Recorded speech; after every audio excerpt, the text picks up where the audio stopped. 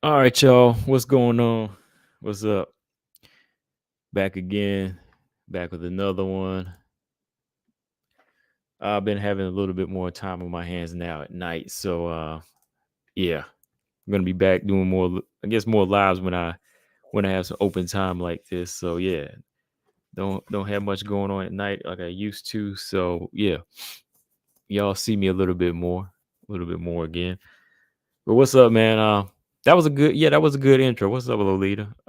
Easy E, Marcus Bell, BJ. Yeah, that was a good intro. I didn't even that's the first time I clicked on. I just clicked on the beat. I said, let me try this one. I said, okay, that's an all right intro right there. And it kind of fits the first thing I wanted to talk about too, one FC.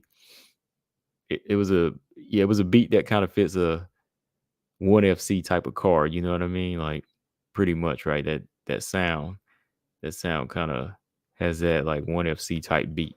So yeah, oh yeah, shout out to is it Dozier Music? Shout out to Dozier Music.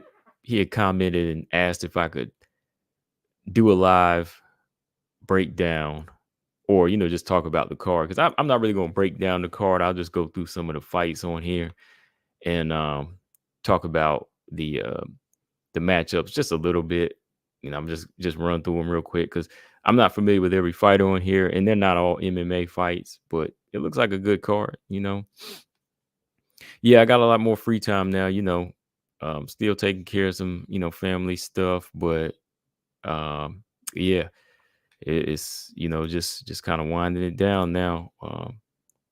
Well, still a lot going on, daytime stuff, but as far as like nights, it's just me now, so yeah, just got that open time now. So yeah, here we go. Yeah, I want to speak on this card. Yeah, shout out to Dozier Music. He asked me to talk about this one, so I said I will. Um, he said all my free time is at night. See, it wasn't like that for me. I had stuff going on, so that and I work at night too. But yeah, I almost forgot what it feels like. Easy said we got four queens up here, Barbara on the outside looking in and hating every minute of it. It ain't gonna change, baby. He says sorry. Oh man. Yeah, we're gonna get into that next though. We're gonna get into that next. So yeah, real quick, just in case y'all didn't know, there's an all women's card for ONE FC tomorrow night on Amazon Prime. Starts at 8 p.m. Eastern for International Women. For International Women's Day. This card is kicking off at 8 p.m. and you got 9 fights. That's all right, man. They got 9 fights. I like that. Nine fights, and like I said, it's going to be a mix of different combat sports. You got Muay Thai, MMA, kickboxing, and you got some submission grappling on there. So should be an interesting card. Every time ONE FC delivers these mixed cards, I like it. I would love to see like a UFC all WMMA card, but that's a different story. This is the closest thing we can get to that. This is like that next level up over in Invicta, where you get to see an all women's card on a bigger platform, on a huge platform that the fans still respect the same. And that's what's crazy, man. Like, ONE FC, they can do this. They can put all their chips in on the women and won't anybody say anything. I mean, of course, you got a few casual people. You got some people that's gonna say, "Oh man, I don't want to see an all women's card even in ONE FC." But for the most part, ONE FC is a promotion that they don't even like second guess it. They say, "Hey, we believe in these women. We believe in all the fighters here." Even the way they promote on Instagram, you always see like Stamp Fairtex or Jackie Bonton or the other Fairtex girl, the 18-year-old girl that just won her belt. You see all of them on there. Angela Lee, you see them all the time. Of course, at the UFC you got a lot more men there, of course, but the way you see the women in ONE FC is like fair, it's straight down the middle with their promotion. You constantly see the women on there. But yeah, this card, it looks pretty decent. Let me see here. RB just said every other promotion gets WMMA except for the UFC. Yeah, every promotion understands it. Everybody understands WMMA and they promote it. And it's usually like, it's usually when you go overseas, like you go over to Octagon. Like I was like I said before, I was doing research once. I was doing research, just looking at the views on like Octagon and what is her name? A couple of the girls that just got signed, that Daria Zalesnikova that just got signed. Teresa Bleda. Um, when Pudilova was over there, when she was over at Octagon, their fights were getting like almost 2, 3, 400,000 views. But then when you go over to the UFC YouTube channel, the champions like Carla or Valentina, they're getting like low 5 figures here and there. Sometimes Joanna will get like 1 million on their videos, their past fights. But like when you look at the Eastern Europeans and Asians, like their views on YouTube are really high. Like those women fights are getting viewed like crazy. So when you look at Asia and Eastern Europeans, um, they pretty much support them higher, I think. America, it's a different story, man. America, they'd be like, oh man, I don't want to see this. I want to see Power Slap though. You want to see Power Slap, but you don't want to see some real fights. I don't get it sometimes. I'm never gonna watch Power Slap. I'm sorry. The day I do, everybody unsub me. Okay, I'll put it like that. The day I start covering Power Slap, y'all can start unsubbing from the channel. Okay, put it that way. I'm never, ever, ever, ever, ever, ever, ever covering Power Slap unless I'm talking trash about it. Easy said, I think it's more the fan base than the UFC. I think Dana would have more WMMA if the fans had more respect for the women, not just the stars. BJ said, unfortunately, our fan base here are toxic American white men. He said, not a racist comment. Yeah, I mean, that's the demographic. Because, I mean, when you go to YouTube, I mean, the first thing you see is something, about, oh, it's a bathroom break. It's a bathroom break. I'm not watching that fight, Paul, what's going on? He says, so psyched for Saturday's fights. How we doing? Oh, we good, man. We good over here. Looking forward to Saturday.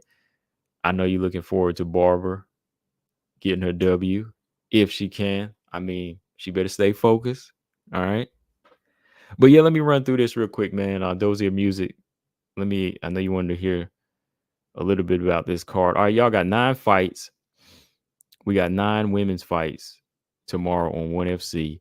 I'm going to try to pull this card up tomorrow, maybe do a live fight companion for it. Like I said, I ain't doing nothing Friday.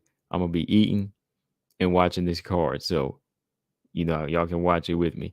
So first off, you got bout 1. You got an atomweight Muay Thai fight. Let me see. Sheer Cohen versus Teodora Kolovia.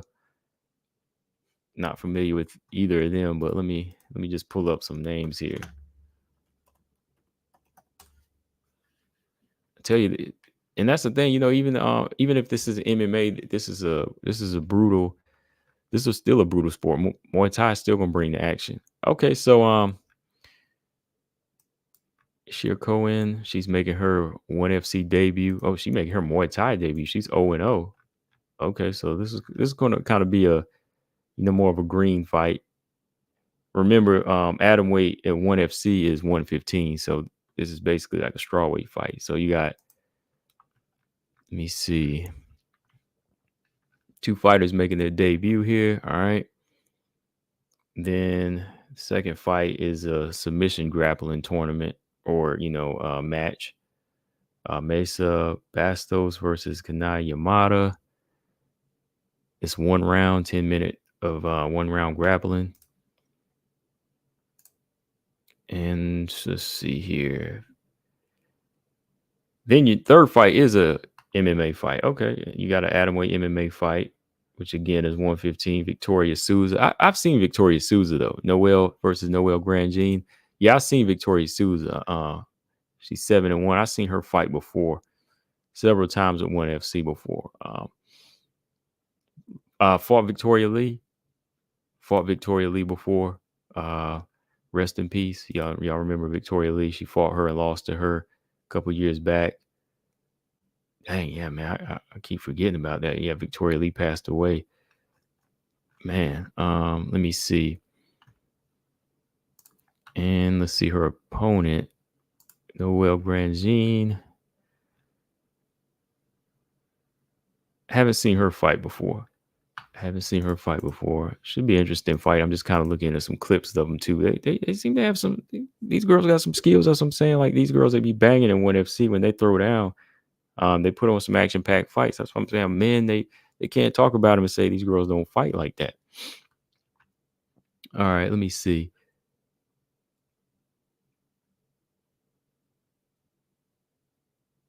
Paul said, "Heck yeah."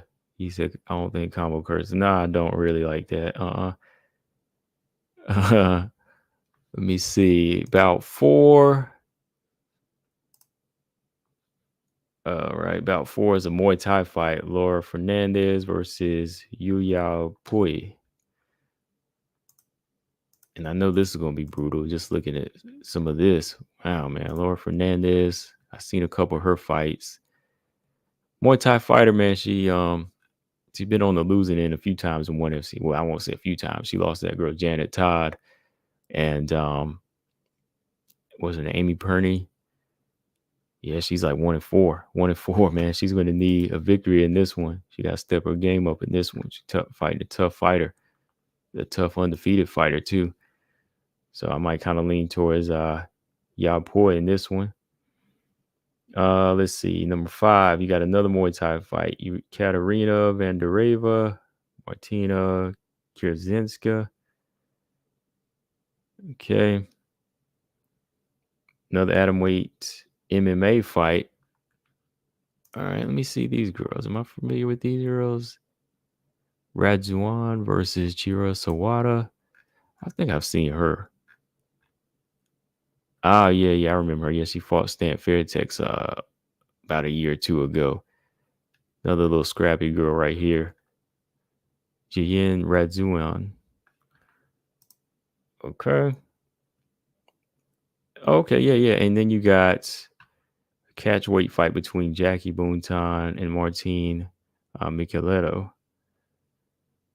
Another Muay Thai fight. This one's at 130. Yeah, Jackie Boonton. She's a pretty good. She had fought that one girl Sundell a little while back and lost. Then she came through, beat that girl Amber Kitchen up in Muay Thai. Yeah, so these should be some good fights, man. I know not everybody's familiar with some of these Muay Thai girls, but as we watch them, we'll check them out, and kind of keep up with them. Yeah, of course, the co-main event, y'all know, is wait a minute, one more other fight. No, okay, that's all 6 of those. All right. 7, 8. Alicia Helen Rodriguez, Christina Morales. Helen Rodriguez, she had just fought. Brutal fight too, man. She was in a brutal fight with Smila Sundell. That was a brutal Muay Thai fight. I mean, she was in there throwing down with it, but she was fighting that girl. That girl was big, man. That girl was huge in there. Smila's like only 18, but she's like durable, man. So she might fare a little bit better against Christina Morales. Christina Morales, about the same size, a little bit longer, just not as big. Janet Todd and Fatija is the atomweight kickboxing unification match. That's the main event. 5-round fight. Okay, yeah, this card is shaping up to look like something I'm definitely gonna be watching, man. I would love to see like a full-on MMA card. Yeah, BJ. Yeah, Paul. That girl is nasty, man. Smila's nasty. That girl, she is big, man. I mean, I'm kind of excited to see if she makes that transition to MMA because she only 18, right? I hope she don't take too much damage though at this age, because she takes a lot of punches too. Like the way they be training with her, man. She be hitting the stomach. She be taking punches too. Like a lot of Muay Thai fighters do that, of course. Like they don't really study like the same boxing defense. Like they're built on that durability, like Joanna was. Joanna was a mean one, and a really really tough one. Girl was tough. But sometimes that's not wise to take that many shots. But yeah, Dozier Music. If you listening, I didn't really like keep up with some of these girls like that as far as in Muay Thai, but yeah, I just wanted to kind of run through the card and remind everybody to check it out. So yeah, my bad if you want like this full on breakdown with it. Like I have to really kind of research these girls. Like the only ones I'm really familiar with is Boonton and Rodriguez on this, and a couple of the MMA girls. Um, James, what's going on? He said he was rocking with Pena, but that's mostly because he was against Nunes. Easy to combo. You keeping up with all the boxing drama with AB and Bill Haney? Oh man, like not really, man. Barely, man. Like boxing is, the sweet science, and fights of old. They still got me. Like the sport of boxing. Talking about matchups, I can still do that all day. But like current events, any of these boxing YouTubers, I'm not watching them anymore, really, man. I'm just telling the truth. I don't care who it is. Like, unless you're talking about like a fight breakdown or, some old school boxing video or just like a live stream of an old throwback boxing match, I'll watch and talk. I'll watch that person talk about it. But I'm not really keeping up with this current drama, man. I know AB and Bill Haney got something going on, but I really don't know. I'm sorry. Like boxing is really, really losing me. When UFC 299 is putting on action like this, and UFC 298 is putting on action like that, I can't, man. I just can't. I can't defend boxing anymore. Like I might have to drop a video talking about like boxing is losing me. Boxing is losing one of its long time supporters. Like again, it's not losing me from what happened in the past. Like I'll always love that.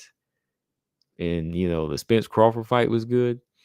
But with what they got going on right now, Haney Garcia, whatever's going on with Ryan Garcia right now, I mean, he need to go take a break. He need to seek God, for real.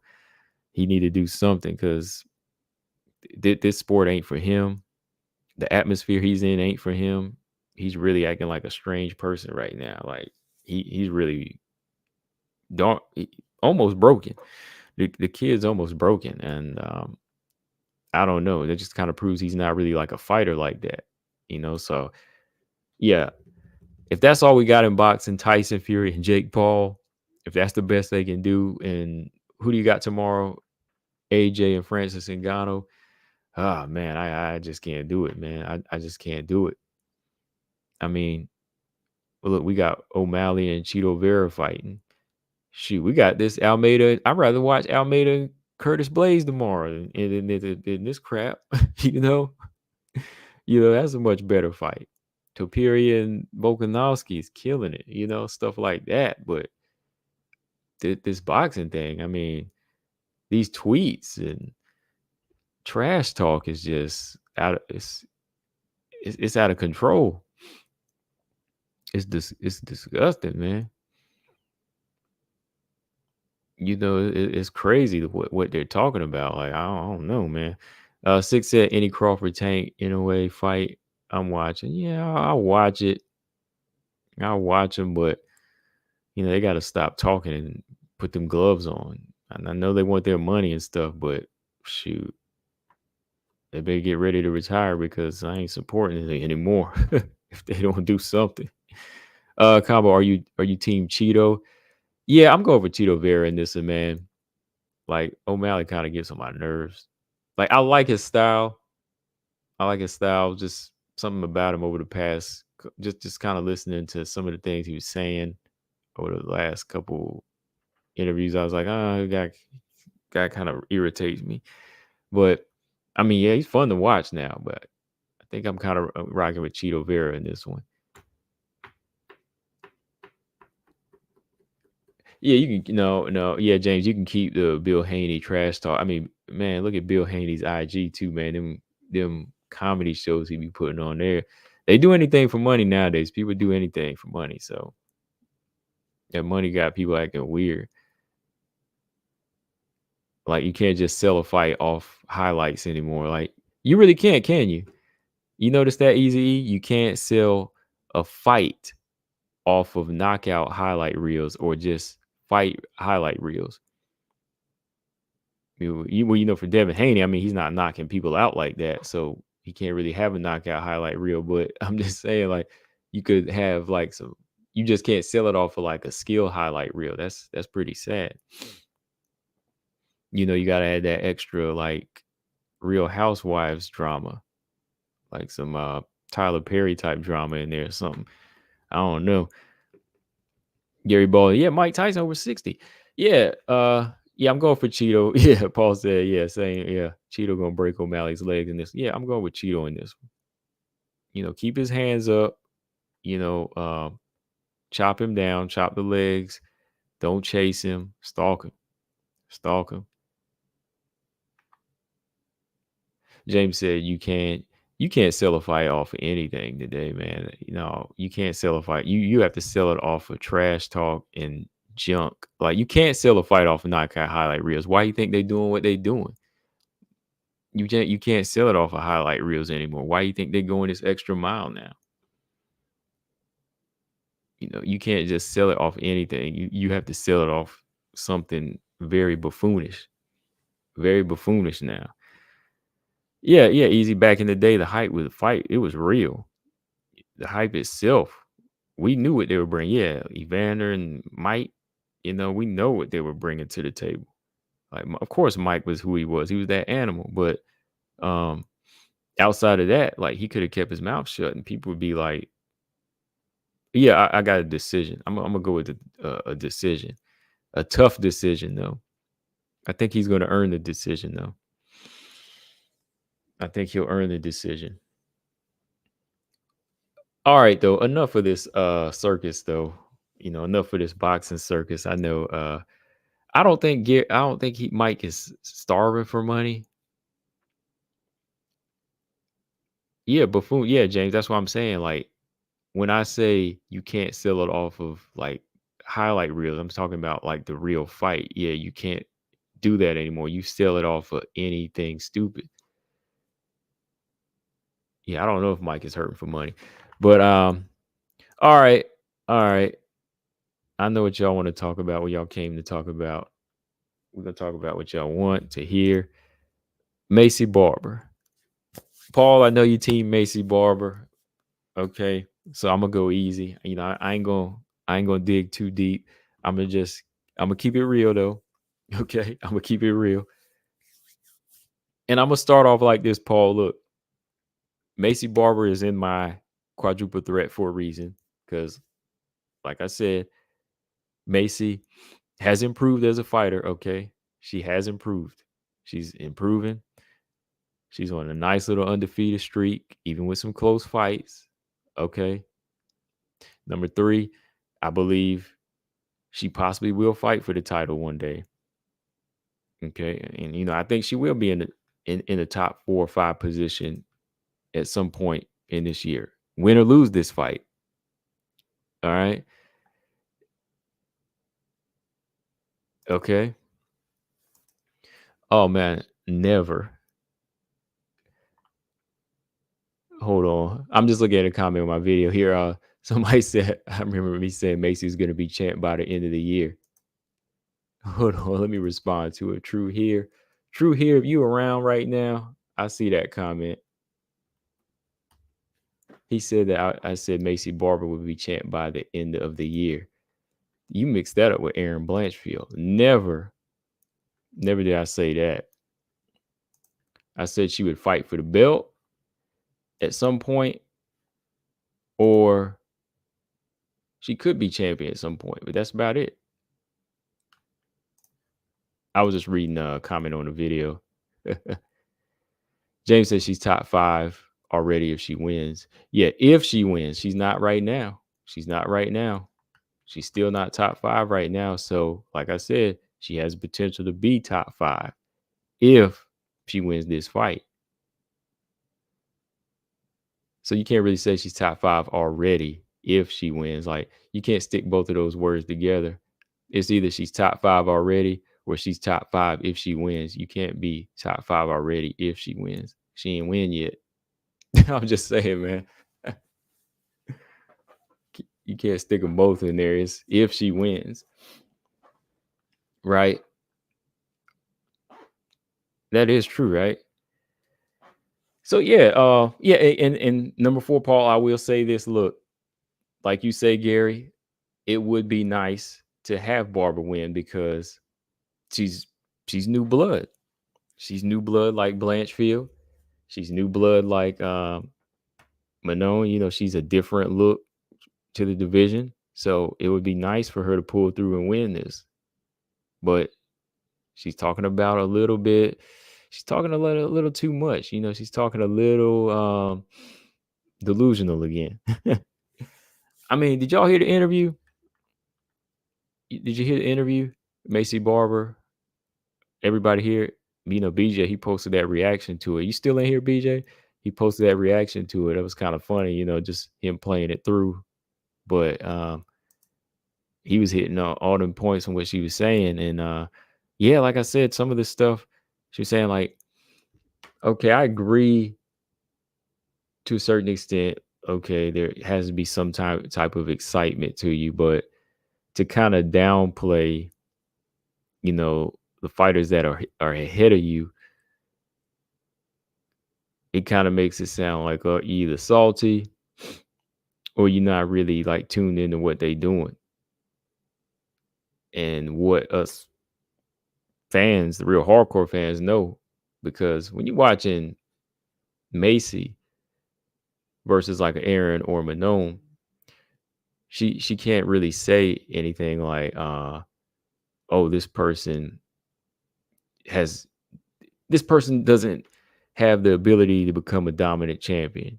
You know, when Aaron and Manon have pretty much won every single round in their fights, you know, lost around here or two, but for the most part, you know, Manon, I think at most he's lost like what, maybe 2 or 3 rounds in her UFC career. Same with Aaron. You know, Aaron's finished. Let me see how many her fights. She's finished Aldridge, McCann, and Andrade. You know, she's finished those fights, so you can't really go out there and say, "Oh, these girls aren't bringing anything to the table, or they don't have what it takes to be dominant." Oh, they got it. You know, they got the skills to do it. That's why they're fighting right now. You know, so when she was saying that, I was like, "Oh, I got to disagree." Okay, like as far as promotion wise, okay, maybe they might not have the Ronda Rousey effect, like most fighters, or the Whaley effect. All right, if that's what she's talking about, she doesn't really have that either. But I can see where more people will tune into her because Macy's kind of bringing that Kayla Harrison effect, where you know she's talking and people want to tune in to see her win if she can pull it out, or they'll tune in to see her. They'll tune in to see her lose. You know, so she kind of puts herself in that position where she's either hated or liked. Okay. Real quick, Gabby said, I've read somewhere that Alexa and Valentino will be coaches for the next Ultimate Fighter season and will fight on UFC 303 International Fight Week. Huh. I saw Alexa Grasso says she has some big news coming. That's kind of far out, right? When is UFC 303? That's supposed to be in what, like June? So what would they do? Like have them do the Tough House on I guess like a April or May type of deal, and then go for like June. Because yeah, UFC 303 is supposed to be in June, so that's not that far away. That's not that far away. That's why I was saying they might come back and fight like June or something like that, because they're not going to be on 300. Doesn't seem like they're secure for May, so at most June would look like it. I mean, at this point, wouldn't be a bad idea to squeeze that in. I mean, can't stop them. Easy said, if you thought I was rolling with Chikagan before, you know I'm 1,000%. And when she opened her mouth like that, he said she's done. Yeah, that is kind of interesting, man. He said we can't have boring Val on TV like that. James says around July or August. No, I'm looking at the UFC website. It says UFC 303 is at the end of June. Yeah, it's at the end of June. Paul said Maycee's just talking tough to promote herself, trying to portray herself as the big fight that UFC can sell, and others as boring. She wants the big events. Right. Yeah, that's what it is. Yeah, she's just talking to promote herself. But at the same time, when you speak like that, it just kind of makes you feel like you overlooking those fighters. You know, you kind of overlooking them and thinking you can jump ahead. But no, like sometimes you just got to play it low key and keep working. You know, that's why it kind of came back and bit her in the behind a few times along the way, you know, losing to Roxy, then losing to Grasso, you know, jumping so far ahead.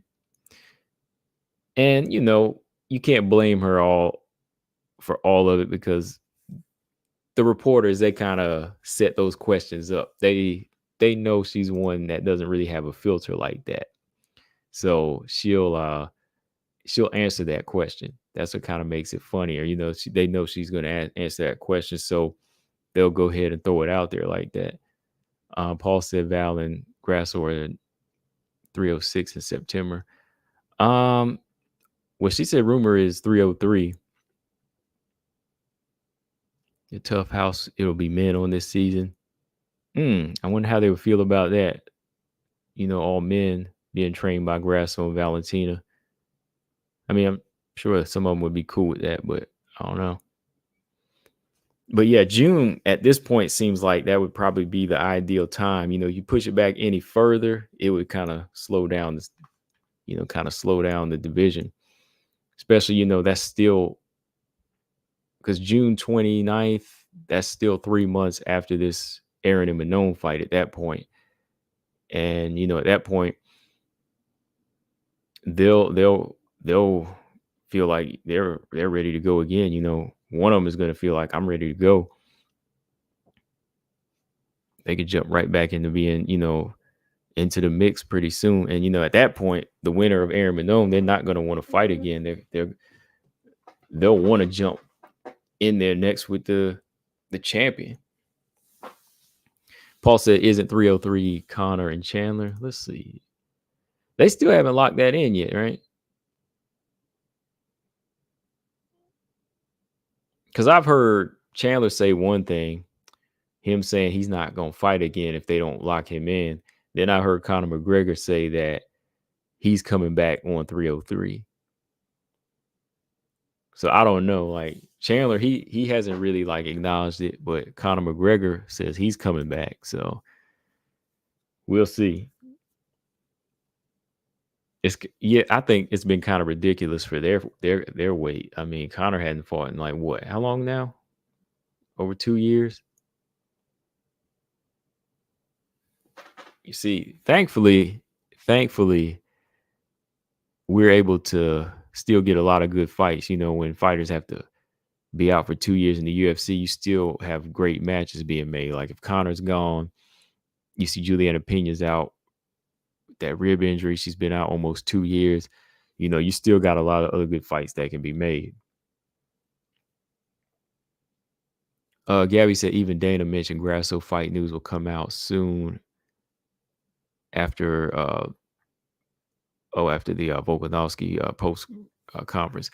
She posted up too. She posted up and said that she has some news coming, big fight news coming soon. So straight from Grasso, you know, I believe that whenever she says that straight off her IG, she's got something coming. We just have to wait. We just have to wait from there. Well, let me see. Hold on. Alexa Grasso. Yep, big news coming soon from Alexa Grasso. She just posted that today, this morning. So with her saying that, I think, we're probably going to get something here real soon. BJ said, bringing the smoke. Yeah. Zama said, are you still picking Chikagan? I have doubts now. What gives you doubts about her? What gives you doubts about Chikagan winning the fight?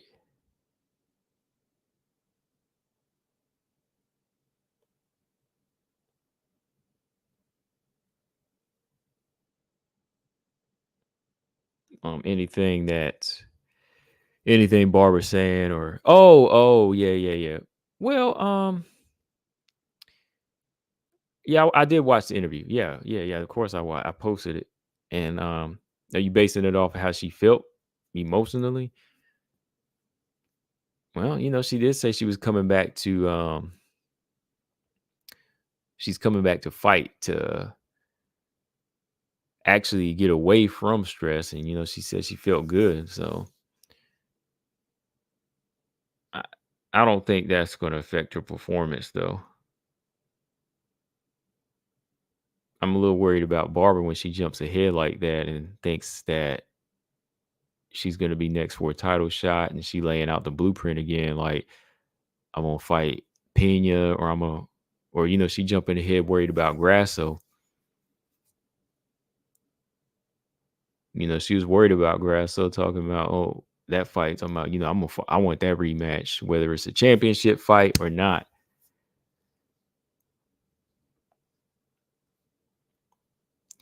Yeah, that is true. That could be. Yeah. So it could be. Oh man, yeah. That's a good point. Marcus said I got 60-40 Chikagan. Because I'm really thinking too, like, what do y'all think Barber does to take away that range? What does Barber do to take away the range? Gabby said, how big of a fight is Barber and Blanchfield if they both lose their fights? I think it's still an entertaining fight, but it's big as far as like maybe a grudge match. But if she loses to Manon and she loses to Chikagan, it's not really big as far as someone being a threat for the title or anything like that. But I think it's big as far as just like a grudge match. I don't know though. Like, if they both lost, I would still like to see. I would see that. I like to see that as a UFC fight night, either a co-main or a main event. Main event, it would be 5 rounds. Like, I think it would still be entertaining. Like, big as in, yeah, entertainment. I would still love that fight. Because yeah, I did a video. Well, I talked about it before. I said, win or lose, they need to fight this year. Whatever happens in their upcoming fights, I think Aaron and Maycee, I've said it already, Aaron and Maycee need to fight this year. EQ, what's up? He said Barber Chikagan giving me split decision vibes. Oh yeah, if it goes split decision, you know who it goes to. But if Chikagan doesn't have her usual conditioning, that's it for her. Yeah, conditioning is a big part of her. Big part of her game. Barbara's going to try to rush Chikagan. She said in so many words, this is why I say 30-27. She may run into a submission. Ooh, that's interesting. Do y'all think Chikagan can submit?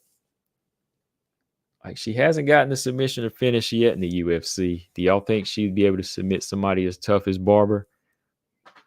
No, she's a black belt, but do you think she could go in there and submit Barber like that? Oh, Roxy couldn't submit her. Grasso couldn't. You think they would have a good game plan to submit. Well, I know she's a black belt too now, so you never know. Because Barber, I know if she can close that distance, she will be physically strong in there. Yes, Hermanera, right? G Frame, what's up? He said, mark my words, if they both lose, Maycee will act like Aaron doesn't exist. She'll act like Aaron fell out of the top 15, so she won't have to fight her. Yeah, I could see Aaron still wanting to fight her more, but yeah, I don't think Maycee would want it like that now. Like she would have a way to get out of that Aaron fight. Easy said, yes, she will because Barber gonna be dumb for this one fighting off jealous emotions. Oh man. Oh, here we go. James said, let's not act like Aaron is better on the feet than Barber. That's interesting. That's interesting right there. Cause okay, let me take a look at this because I don't fully agree with this. I can see what you're saying, but I don't fully agree with this statement. He said, let's not act like Aaron.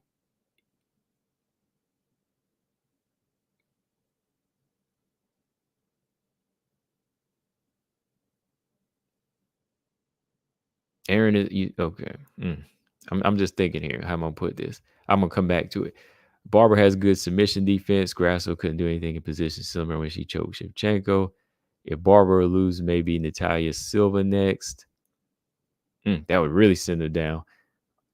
Barber's best defense will be eating Chikagan's punches. And she's got to watch for push kicks.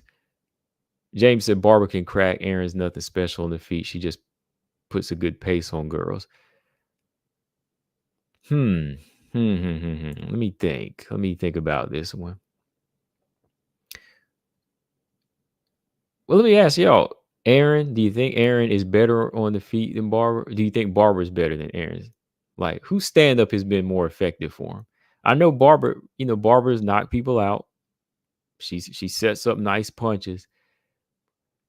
But I'm gonna have to agree here. I'm gonna have to disagree, James, because I think Aaron connects more. Like Aaron, she's able to connect more.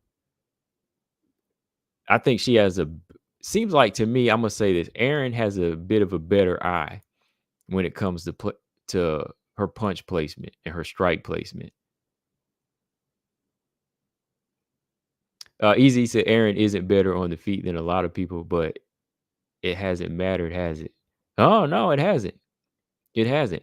And we're not just talking about looks here, like who looks better, whose form looks better, because you can have nice form, but if your range is off, that's not really much to depend on. See, when Aaron, she's, coming forward, putting that pressure on, kind of sidestepping, she takes her time with those punches. And like I said, they don't have to be pretty. They don't have to be pretty. I think Aaron is a little bit more effective with her stand up because she starts connecting in the first round or two. Some of those rounds when Maycee's in there, she's starting a little bit slower. Paul said Blanchfield versus Barber is so epic. Let me ask Paul here. Paul, what do you think? Blanchfield or Barber when it comes to stand-up game? Like, who do you think has better stand-up game? James said Aaron's stand-up looks better than it is because of her grappling threat and ground threat. Not really. I mean, she could keep it standing. Like, even when she fought Jessica Andrade, her stand-up was looking good. She didn't have to really take Jessica Andrade down. She probably could have stopped her on the feet. I think she just has a better eye on her striking placement. She's not really throwing like a lot of shadow punches out there. Like Faber had to tell her that time, let's not shadow box, Aaron, she's coming forward, throwing that fully extended jab and long right hand. Those shots are effective.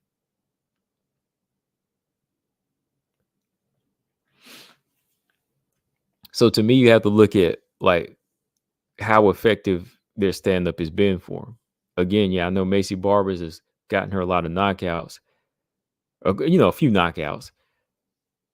But has it has it gotten her to the same places where Aaron is? I think Aaron's stand up has been improving and getting better and better. It's just some people don't want to give it its credit because they want it to look a certain way.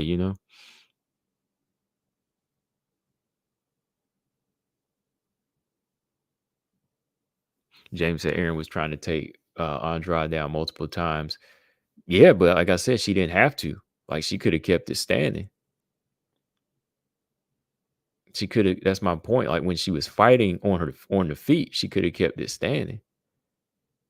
I think Aaron's is like more well rounded. Her stand up is a little bit better. Like, why you think she's where she is right now? Six said Aaron is easy to hit. Barber, she's easy to hit too. Barber's been easy to hit too. Like Barber was leaking in her last couple of fights too. Like, if we're just talking like defense, both of them have some leaky defense. But when we just talking about effective stand up game, um, I think Aaron's has been more effective with it. Again, I like Maycee Barber's form, but sometimes she's a little short with the kicks. Sometimes she's a little short with the punches. All things film with the Yami. And what's up, man? He said, I hope you're all well. Hope the chats are doing well too. He said, I just watched Chikagan's interview. Really liked what I was hearing. Yeah, I like Chikagan, man. I do like her as a fighter. But I hope that doesn't really come into play, man. Like, the whole deal with what she's been going through. Maybe like she says, going into fighting is a mental break, and maybe she'll be able to come back and just kind of blow off some steam in the actual fight. Barber's takedown defense isn't the greatest. No, it's not. James said you think Aaron would keep it standing with Grasso or Manon or Valentina. Hey, she kept it standing with Tyler, man. Like, she had to make that little adjustment, but shoot. But we ain't talking about them. We talking about Maycee Barber. Like, Grasso already beat Barber. Like, Grasso's a better stand-up fighter than them. Like, don't jump the other fighters. Let's stick to Maycee Barber now. You said her stand-up is made to take you down. That's good though. That's good. But it's also effective enough to keep it standing.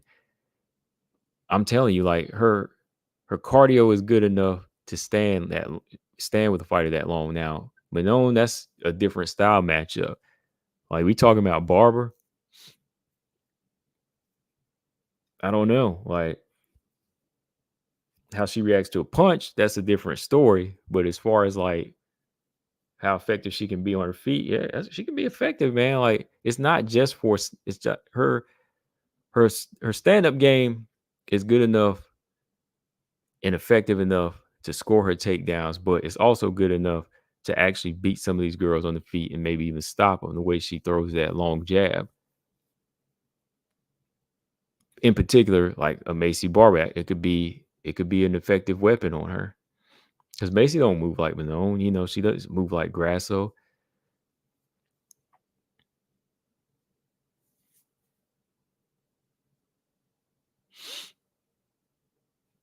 Again, Santos is a different fighter. Santos is a different fighter. We talking about how her and Barber stand up play comes into play because Barber. I mean, you know Aaron, she was kind of back, she was backing Miranda Maverick up with her jab. She was backing her up, putting that pressure on her with her strikes in that fight. When she fought, what is her name? When Barber and Maycee fought, no, when Maycee Barber and Miranda Maverick fought, uh, she wasn't really getting off like that though. She really wasn't getting off like that.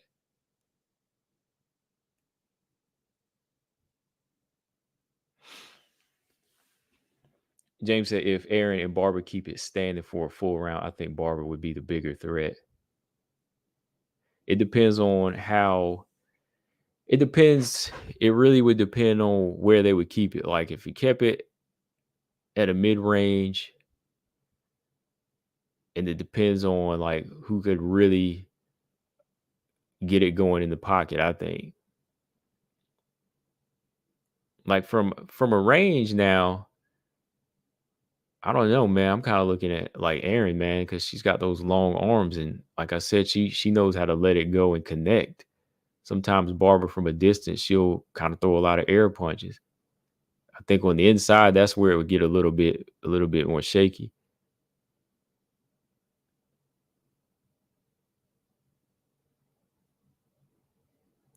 Yellow leader, yeah, she still pulled it off. That your hair, your hair ain't gonna stay pretty in a fight, right? As long as you can pull it off. Yam said, which fight are you looking forward to mostly on the card? I'm actually really looking forward to JoJo Marina Moreau. Can't decide who I think will win, but I think JoJo has an edge in her. I think I'm more excited for. I am excited to see where JoJo goes. That's a nice little matchup because she is retiring after this. Um, I do want to see that, but I'm curious to see how Caitlyn and Maycee go. I'm a little bit more fired up for this fight because I want to see if Maycee can, back that talk up. Paul says scroll up for my answer, but don't make me pick between Aaron and Maycee. Probably my two favorite girls. Oh, okay, okay. I ain't gonna make you pick. Not yet. Now, when the fight actually happens, we're gonna talk about it. All right. Paul said Maycee has more power, but I really like Aaron's head movement and feints and all her head kicks. There you go. See, that's what I'm saying. Honest opinion. See, he team Maycee. He like Aaron too, but I'm glad you're being honest. Like she got power, but you seeing what I'm seeing there. Like Aaron has that little head movement, like that head movement she's been using as of lately in her fights. Her head's kind of off the line, using those little feints, throwing those head kicks. Yeah. Like there's a little, people don't want to admit there's a little slickness in that movement from Aaron.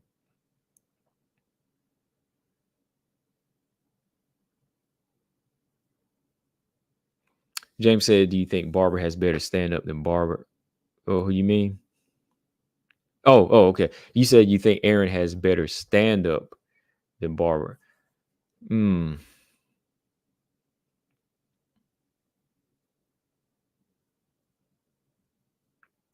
Hmm.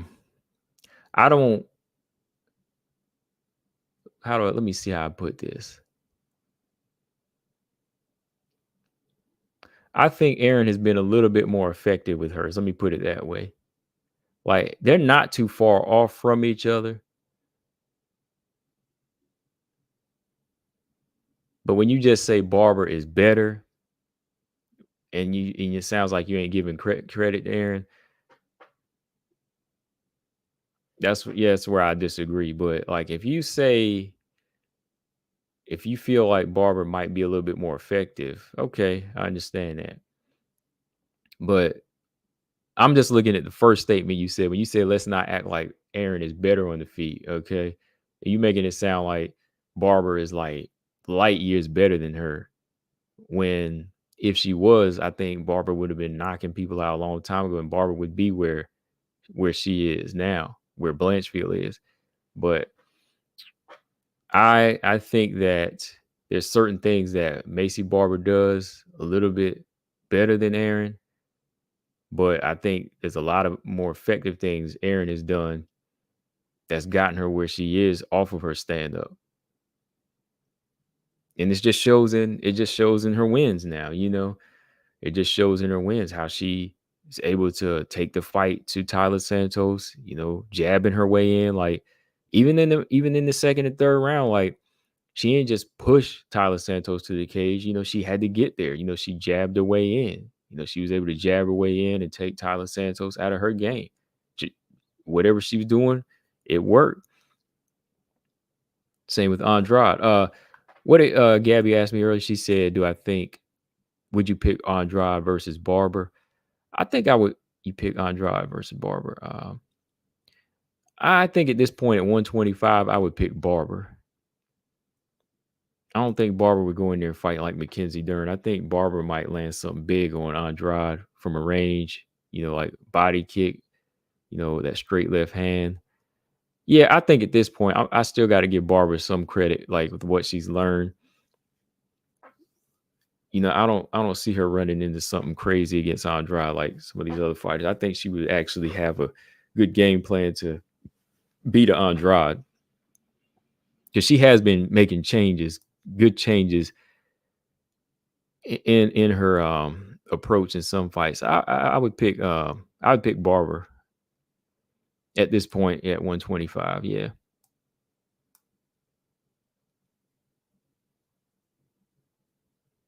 James said I never meant to say Barber stand up is much better. Oh, well, that's how you worded it, though. That's what I was saying, James. The way you worded it, you said, "Let's not act like the way you were saying is making it sound like Aaron ain't even in the category with it right now." Okay, she wasn't holding on for no dear life, man. Like she was not holding on for dear life.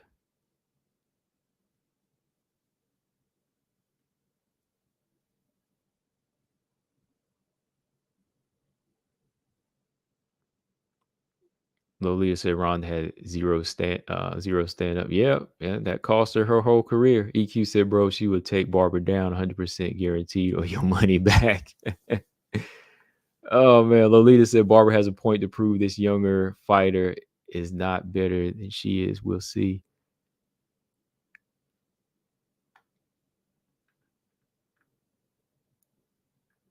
Okay, let me see here.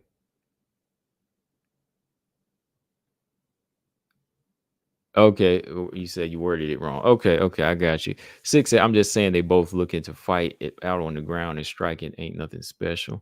Okay. All right. So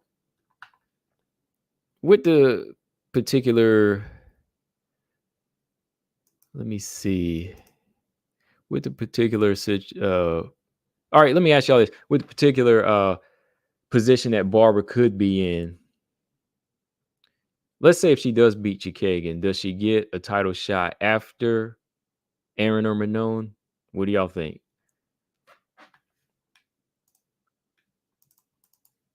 At this point, she should get that title shot, right? What do you think?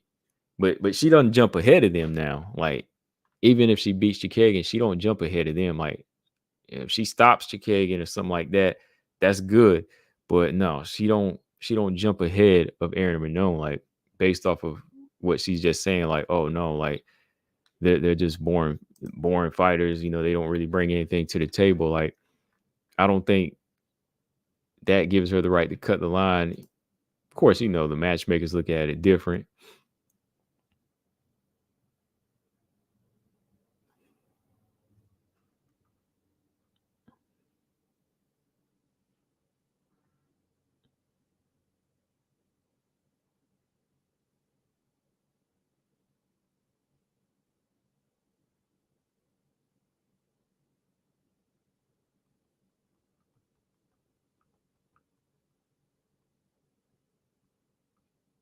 Hold on.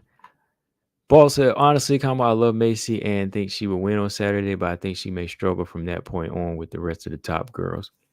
Yeah, and there's no problem with that. That happens. Like, Manon, she stopped a few girls when she first came in, but from there, as the girls get better, you start having to fight different, and you're winning more decisions after that. So yeah, as you get to the top, it's harder to finish a lot of people. That's why I give Valentina credit, man. Valentina gets credit from me. I know Zaman don't think so, like, but she had what it takes to stop even the girls that she was in there with. Like, she wasn't always fighting overly cautious. Like when she saw the stoppage win, she would go after it. I bet if they would make her fight Natalia Silva, that's a fight she definitely won't win. Who do you think Maycee would take first, Natalia Silva or Aaron Blanchfield? Raswan Sawada is one of the most intriguing matchups of the weekend. Janet Todd getting whooped by that Thai boy. Oh yeah, yeah, that's gonna be a hard fight right there. Yeah, I'm looking forward to that one though. The main event, shoot. Um the Alicia Rodriguez Morales fight. That's another one I'm ready to see. Yeah, she to me, she's got to get a really, really solid victory. And that's another thing, with Aaron, not Aaron, but that's another thing with Manon. Well, not Aaron or Manon, but that's another thing with Maycee Barber is that after having a couple of close wins, yeah, she's got to look good in this fight. She's got to, because she's got to remember, like, out of her 5 wins, there's some close calls there. Aaron, Andrea, and then the Miranda Maverick fight. Those are close. See, Aaron didn't have that many close fights. Even Manon had a close fight with Chikagan, but still, it wasn't as controversial. People didn't say, "Oh, she lost to Chikagan" or something like that. Like, people thought Andrea Lee beat Maycee Barber or Miranda Maverick beat Maycee Barber. So, she's got to look good in this fight. She just can't get a simple win. I really don't think the UFC would give her the winner of Aaron. No, I don't think so. Probably the loser.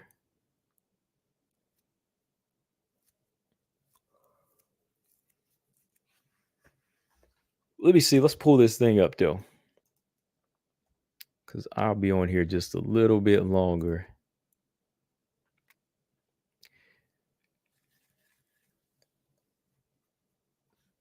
Because I just wanted to kind of pull up and talk to y'all a little bit, read these comments y'all got in here. James said, after we restore order, Barber will face Grasso if she beats Chikagan. I think, yeah, like if Grasso loses the belt and Barber beats Chikagan, they would make that fight. They would definitely make that fight at this point, because she said it herself. Maycee said, "Hey, I want that rematch regardless if she's champion." She said, "I want to get that fight back." So if she beat Chikagan and got into the top 5 and Grasso loses that belt, Valentina would be fighting Aaron or Manon, and Grasso would be taking on Barber at that point. Because that would be a good matchup. They would be like, "Oh yeah, let's do this one." Because whoever wins this, they're gonna try to get him back in there for another title shot or something. That's why I like the way the division is going right now. I mean, so it was kind of a blessing for Valentina to lose the belt because now the division is starting to make some interesting fights. That's why I can't say Erin is right when I know she wants to promote herself, but when you look at these other girls, you got to say the division is looking hot right now. Blanchfield, Fiorot, Grasso, Shevchenko still there, Barber, the Silvas. You got to look at the Silvas too. So the division is interesting, man. There's a lot of good fights to be made.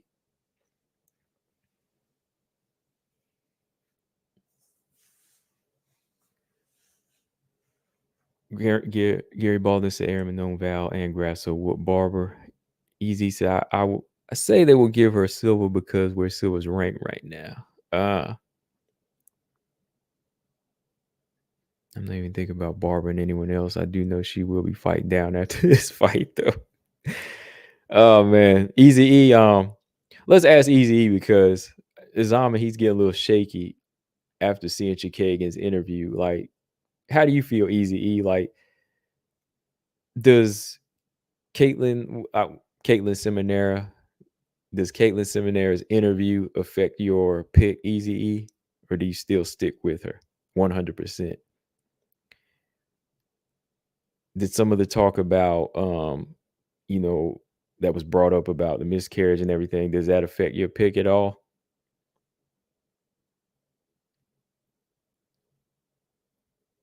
G Frank said, I think Maycee knows her skills have taken her as far as she's going to go. She's trying to play the heel now, just to use her words, to take her the rest of the way and skip for the line.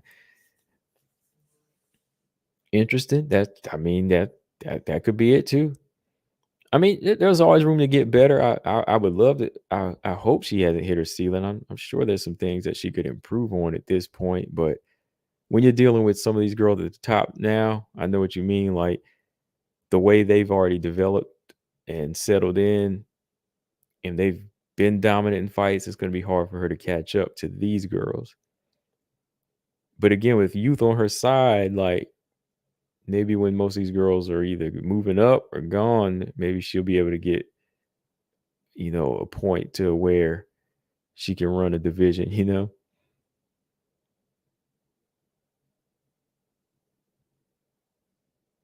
Cayman, what's up? He said, I got a lot of underdogs this weekend. Lolita says she's a little worried about it. Okay. A little worried about the mindset. I don't know. Easy said, I think it will make her even more likely to beat Maycee. Remember what Dern did to Hill when she was going through her divorce. She's coming with that same energy.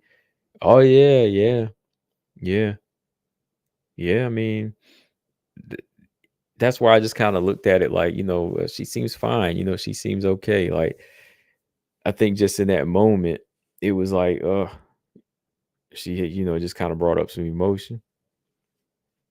Pine Case said, when do you think Alexa's gonna fight next? Um, well, I think Gabriella said it could be June 29th, UFC 303. I'm not sure though, because maybe it could be June, could be July, because I've heard the things about her hands, having to recover or something like that. But it looked fine to me. I'm hoping it's June though. Because on IG, she's already said she's got some big news coming. So the way she announced it too, just saying, big news is finally coming. I'm like, okay, maybe that means that she's got like a summer date or something. So hopefully it don't disappoint. September 16th. Oh man, that's like 6 more months. That's so far out. I hope not. I hope it's June because again, man, if you wait to September 16th, that's 6 months after the title eliminator too.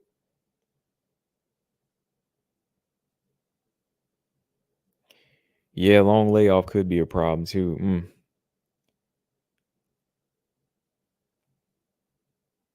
All depends on where Barber's at with hers, man. Like if Barber is if Barber is just looking for a clear stoppage, that could cost her. Hopefully, she's coming up with a game plan to set up a stoppage. Like if it doesn't go right this way, she's gonna have to try this way, you know. Hopefully she has separate game plans that involve stoppages, because she said she's going to fight to stop her. She said, I'm not fighting for points. I'm not fighting like a point fighter. I'm coming to stop her. But, it's gonna take some doing. Chikagan, you gotta get in there on her. Like you gotta have a good ground game to keep her down, like Valentina did, the TKO her. Or you just gotta have that pure raw power and that go get 'em attitude where you just go straight in there like Jessica Andrade did. Pine Case said, "Who should Irene Aldana fight next?" Let's take a look at the bantamweight rankings. Hold on. I know Irene Aldana. Irene Aldana fights. I know she needs some recovery time, big time, but let me see. Maybe her and Ketlin Vieira could run it back. Or Misha Tate. Yeah, her and Misha Tate. Misha Tate or Ketlin Vieira. Either, a rematch or Misha Tate. Oh yeah, yeah, I know. Yeah, yeah, Lolita. Yeah, I know. That's Mexican Independent Day, but that's just so far out.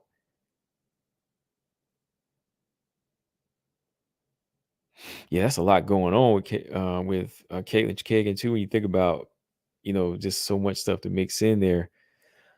But sometimes I'm just looking at Barber like I don't know, man. Barber ain't overlooking her.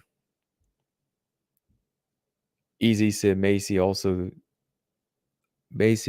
didn't do herself any favors by what she said about Kagan. Now you've given her a point to prove. Yeah, he said Macy still 10-year age difference, by the way. Chicag and Barber. Oh yeah.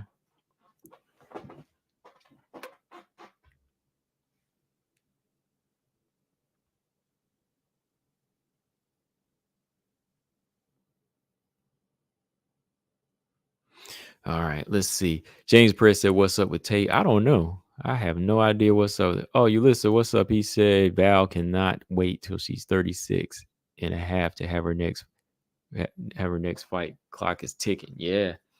Yeah. I'm like, the longer they wait, man, it's just kind of makes the rest of the girls in the division restless. But at the same time, yeah, you put more and more time on her. Like, I know she's been chilling out right now, Valentina has, but maybe she needed it. But hopefully they do something soon. So we'll see. Grasso's got it lined up. She said big fight news. I'm sure she's got it. It's just a point where she has to wait and then she can let it go and let us all know what's up. Gary said, I have a bet on Chikage, and if she wins, I'll take back everything bad I've ever said about her. Oh, yeah. If she wins, man.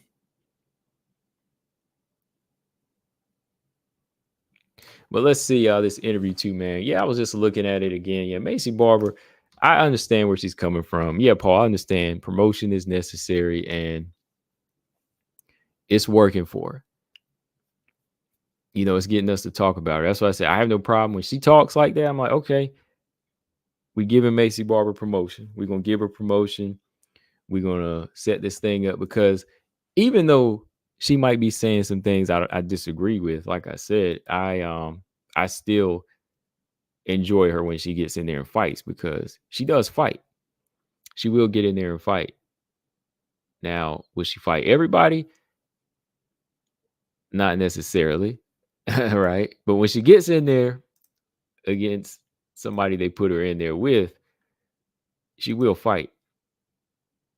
All right, BJ. BJ. I was telling BJ earlier. I said, "Yo, I know you said we, but no, man." I'm like, "Yo, no, she'll fight, but she won't take smoke with everybody." I've always I was always the type of person to give opponents and compliments before I destroy them. Got to give them complaints.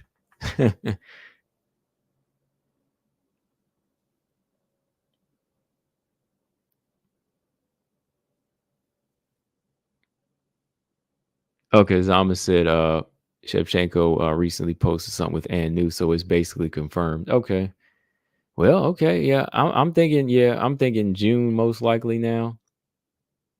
Maybe, yeah, maybe they're gonna do a May date because that was 8 hours ago.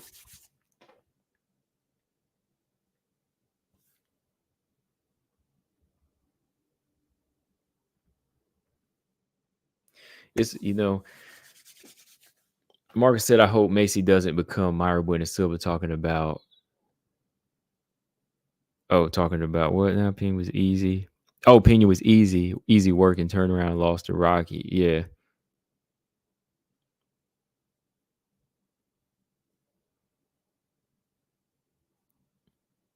Yeah. Yeah, man. Hold on, this thing is taking a while to pull up. Dang, where is it? I was gonna pull up this Maycee Barber interview again here because just wanted to play some of it. What she was saying. Hold on.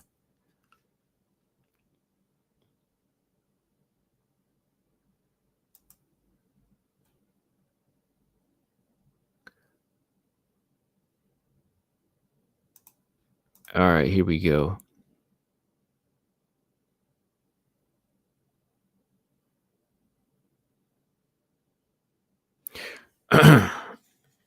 Okay, Paul said, Combo, I also keep thinking about this. What does the UFC want? The promotion and Dana, etc. I think they really want Barber to be a star now. It's still up to her to win, but yeah. Yeah, I think they want her to be a star. I think that's why they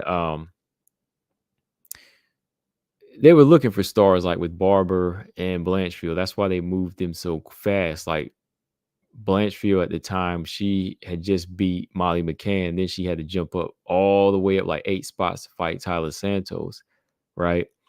And now that she's there, you see that, Tyler Santos is young too, so I don't know why they got rid of her, but yeah, they're trying to make some stars, even out of Barber. That's why she's been getting some of those decisions, those close ones. They still looking to keep her going.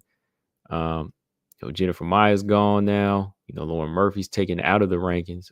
I don't, I don't think Lauren Murphy's gone yet, but yeah, now they're looking for some potential stars like Silver Girls, Barber, and so on. So with how she sells herself too, and how she talks, they feel like, yeah, this is going to be good. This should be uh, good for the division. A good addition.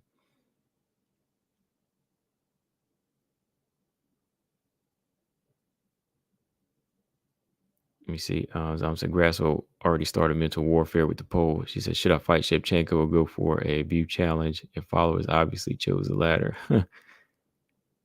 Grasso, boy. Crazy. Yeah. How do you think a potential fight with Pena and Barber would go, though? Like, she feels like that's the fight that would be easier than Grasso. Tacking on that extra weight, and you're gonna fight at a weight that you never been at before. Somebody like Pena. Pena's got a good long jab. Good wrestling. She can take you down. As we say, Barber has trouble on her back. Like, I don't think Pena would be that easy of a fight for her. She says she feels like Pena would be a easier fight than Grasso. Shoot, I think style wise, they both would be tough for her. I think in both their ways would be very, very tough fights for her. For one, Pena would be tough because, yeah, like I said, like Pena, she's tough. She could take a punch too. Like, let's say if Barber's punching power don't carry up the same way, and Pena. Well, come on now, look, Pena was taking Nunes bombs. Okay, Pena was taking Nunes bombs. Like, Pena got dropped 5 times by Nunes and still kept coming. So I already think, right, I can already say right there, like, Barber, she wouldn't be able to get Pena's respect like that with just punching power. And then the wrestling background, yeah, she would be able to really be physical with her on the inside.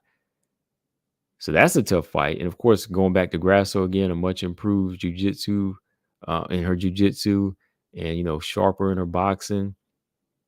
Yeah, Grasso still, would be a fight. I don't know if she could win, be very dangerous. Marcus said if Aaron was fighting Pena, she might have a chance. If Aaron was fighting Pena, she might have a chance. Um, yeah, the puncher's chance. Like I said, the power carries up, but even then, Pena doesn't. Pena don't fold like that. You know.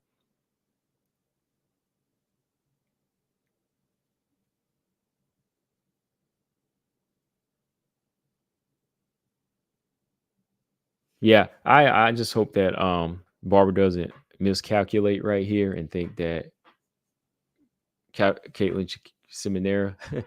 I hope she doesn't think she's gonna be an easy fight. Like, this fight, she can just go in there and stop the girl. Mm-mm.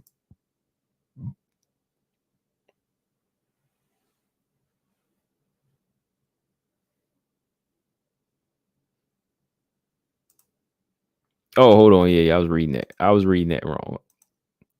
I was reading your comment wrong, True, here from he was talking about my other video. He said, I think back in late December going into you did a live. I remember telling you I think Macy's gonna be okay. He said he thinks Macy's gonna be champ. Oh, okay. My bad. I thought you meant I said that. Yeah, because I never said that. I got you. I got you. Let me delete that then. Yeah, not hold on.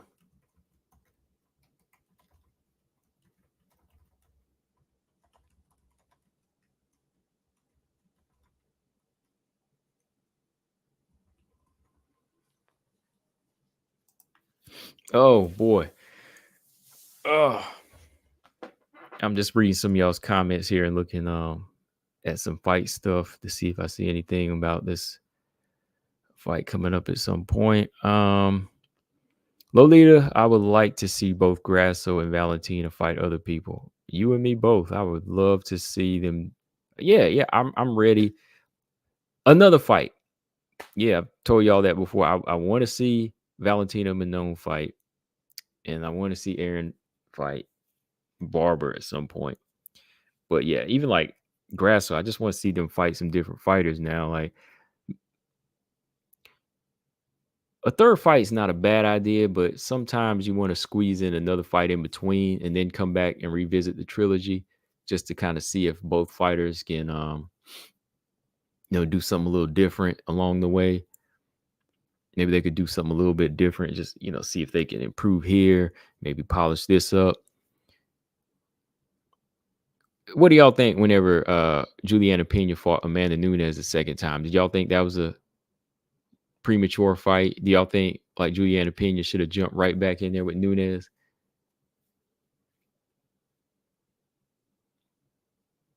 Well, yeah, of course. Like, well, not other way around. Like, you think it should have made that fight like right next? Then again, yeah, you could because Pena did stop her. Pena was the champion, so if she wanted the rematch, yeah, she had the belt. No, I think I'm talking about like no, what I mean is a rubber match. Sorry, not the second fight, but the rubber match. My bad. I was thinking of the rubber match. Like if it was to happen and Nunes didn't retire, like she should be fighting somebody else before she fights her a third time. Yeah, G Frame, yeah, scratch that. I didn't mean like the actual rematch, the second fight. I meant like I was trying to do a scenario like where say if Nunes didn't retire, like should she do the rubber match right away? Like when Pena lost the belt in the second fight, should she have fought Nunes somebody else first and then, try to fight Nunes, or should they do like a third fight consecutive?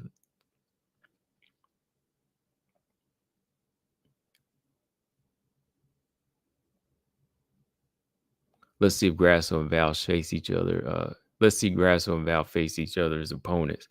Yeah, that'd be interesting. Like, yeah, I'm not gonna lie. Yeah, like a Barber Valentina fight would be good.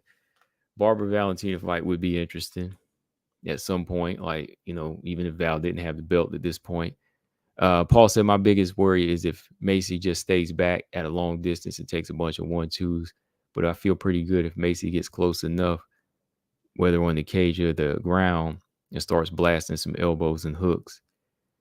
Yeah, that right hook is mean. Maycee Barber got a mean right hook. So that's something that Chikagan's gonna have to watch for. But yeah, Chikagan's got, she's got some slickness. She's got some agility in there. She's agile like that. I like that about her.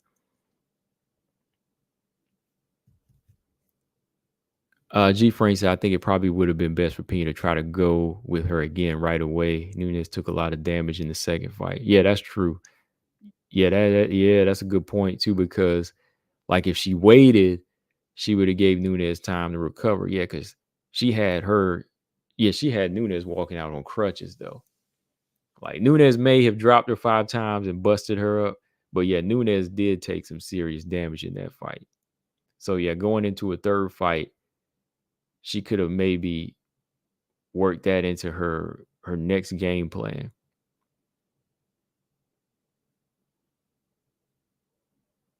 And both of their fights were entertaining too. So if they did a third fight right away, that would have been fine to me. But let me see. I was looking at the Chikeg and Ebos fight.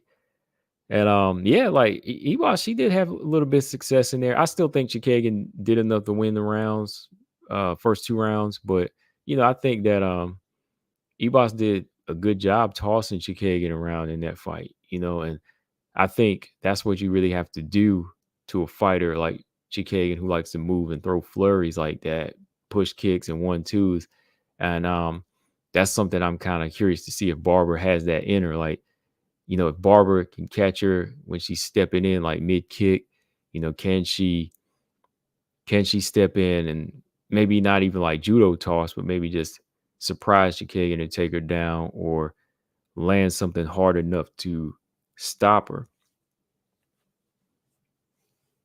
Ulysses said Nunes Pena did not deserve a third fight. Pena got slaughtered. That was a good fight though, man. That was fun to watch. That was fun to watch.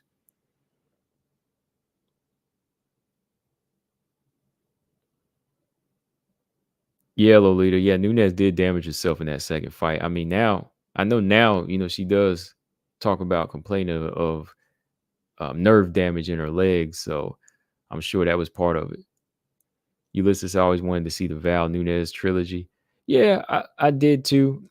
At a point, I wanted to see, if Val had kept her streak going, like if Val had beat Grasso and maybe beat like Tyler Santos in a rematch, and she got bored of 125, I wanted to see her go back up to 135 at some point.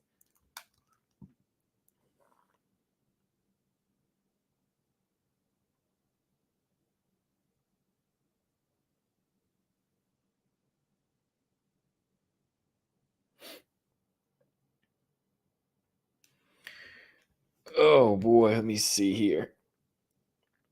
Yeah, though this card looks good though. Let's look at this card real quick. Let's make some picks here for it for even the men's fights. Like, all right, man. So I'm gonna stick with my girl JoJo. This is gonna be her last fight, y'all. Once again, because the first time when she said that, one time I was like, I think JoJo gonna leave.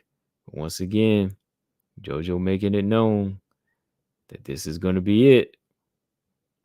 Bad mofo JoJo.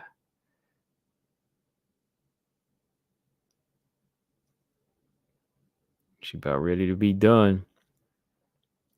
I think she'll go out like, she'll go out the victor here, man. I hope she pulls it out. I hope she does. All right, who else am I looking forward to here? Chikagan Barber, man. That's a tough call. It still is a tough call for me. Who do y'all got get Curtis Blades against Almeida? Zama said JoJo will show her solid get up game, then will apply her wider stand up skill.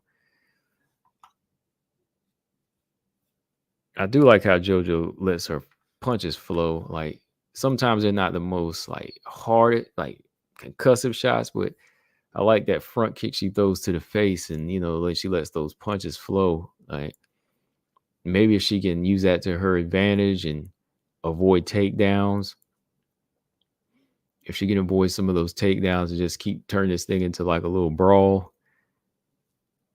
Oh man, yeah, I'd love to see her be able to do that. Okay, G Frame said he got Blades. Yeah, I'm think I'm gonna go with Blades. Gamrot versus RDA. I think I might go with Gamrot, man. I'm going for Song Yadong, but I'm not sure, man. I'm not sure. I think Yan has a good chance to win. What's up, Mastermind? Maycee Barber is awesome, he said. Believe me, like anytime Maycee Barber says something crazy, like I'm never mad at her. Like I enjoy it. I enjoy it. Like I said, I'm fine with promoting the women fights, even when they talking crazy. It gives us something to watch, When Barbara says something, I'll be like, oh boy, here we go. Now she gave me some firepower to go in, Song Yadong is the stud. He should beat Peter Yan. Ravioli. What's up, man? Easy said Blaze is easy money. Okay. Yeah, I'm going with. I want Song Yadong to win though. Oh man, Burns has seen better days, man. What do y'all think? Burns, Madalena? Might have to go. If I'm putting money down, I might have to go with Madalena, man. Saint Denis. Oh man, I'm going. No, I got to go with my man Poirier. Saint Denis on a mission though. Yeah, I'm going with Madalena. I gotta go with Madalena, man. I think Burns has seen better days. I think he's I won't say predictable, but I think Madalena will be able to figure him out.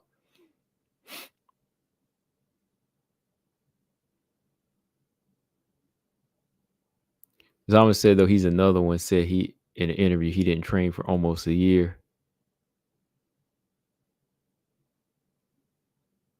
Who was that? Who did I miss that one? Say he didn't train for a year?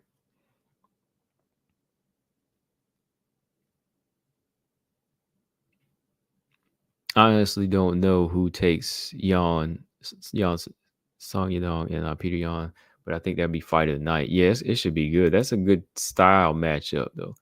It's a good style matchup. I see Song Yadong on point with his weight and everything. You know, he looked in rip, but I know that's not gonna win the fight. Yeah, I'm gonna go with I'm leaning towards Yan, now I'm gonna go with Jack. MVP Holland. I think I'll go with MVP. I'm going with MVP. I'm excited about that fight, though. I'm excited about that one. MVP and Kevin Holland. And yeah, I said I'm going with Dustin Poirier, and I'm going with Cheeto. That's a good main card, though. That's a good main card. I like it better than 300. James said Dustin might call it a day if he loses Saint Denis bringing the heat. He is. He's bringing some heat, man. Saint Denis, that dude, that last fight he had, man, who was that he knocked out? Hey, go on, man. Oh yeah, yeah, Frivola. What's his name? Matt Frivola, man. He laid him out.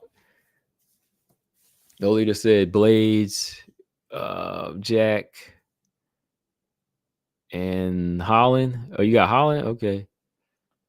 I think MVP is ready for this, man. I know some people think, okay, he just because he come from Bellator, he hasn't really been tested. I think he's got this. Easy said Holland going to be dumb and fall right into MVP's game plan. He might get caught. If Holland was smart, he would take MVP down, but he's not. Yeah, I don't think he is, man. I think he might try to throw down on the feet, and MVP gonna get under them long arms and catch him with something.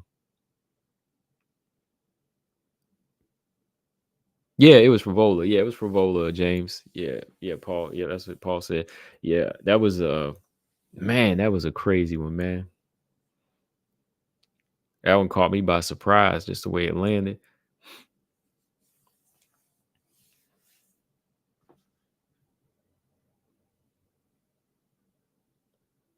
Mm, mm, mm, mm. Okay. All right. So a few more minutes, and I might jump out. Let me see. Jump out the booth. Let me see here.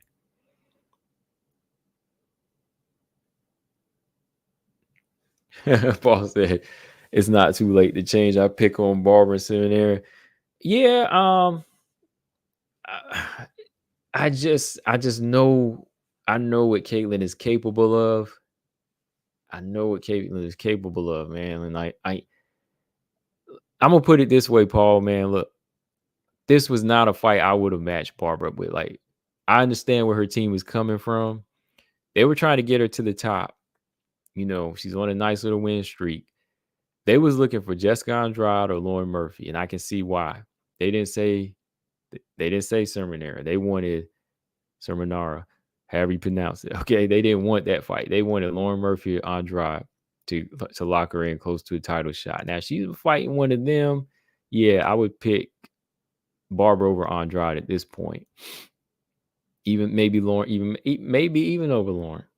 Even that's kind of tough to say, but this style matchup for her is something else, man. Like, I think this is gonna test the IQ of Barber.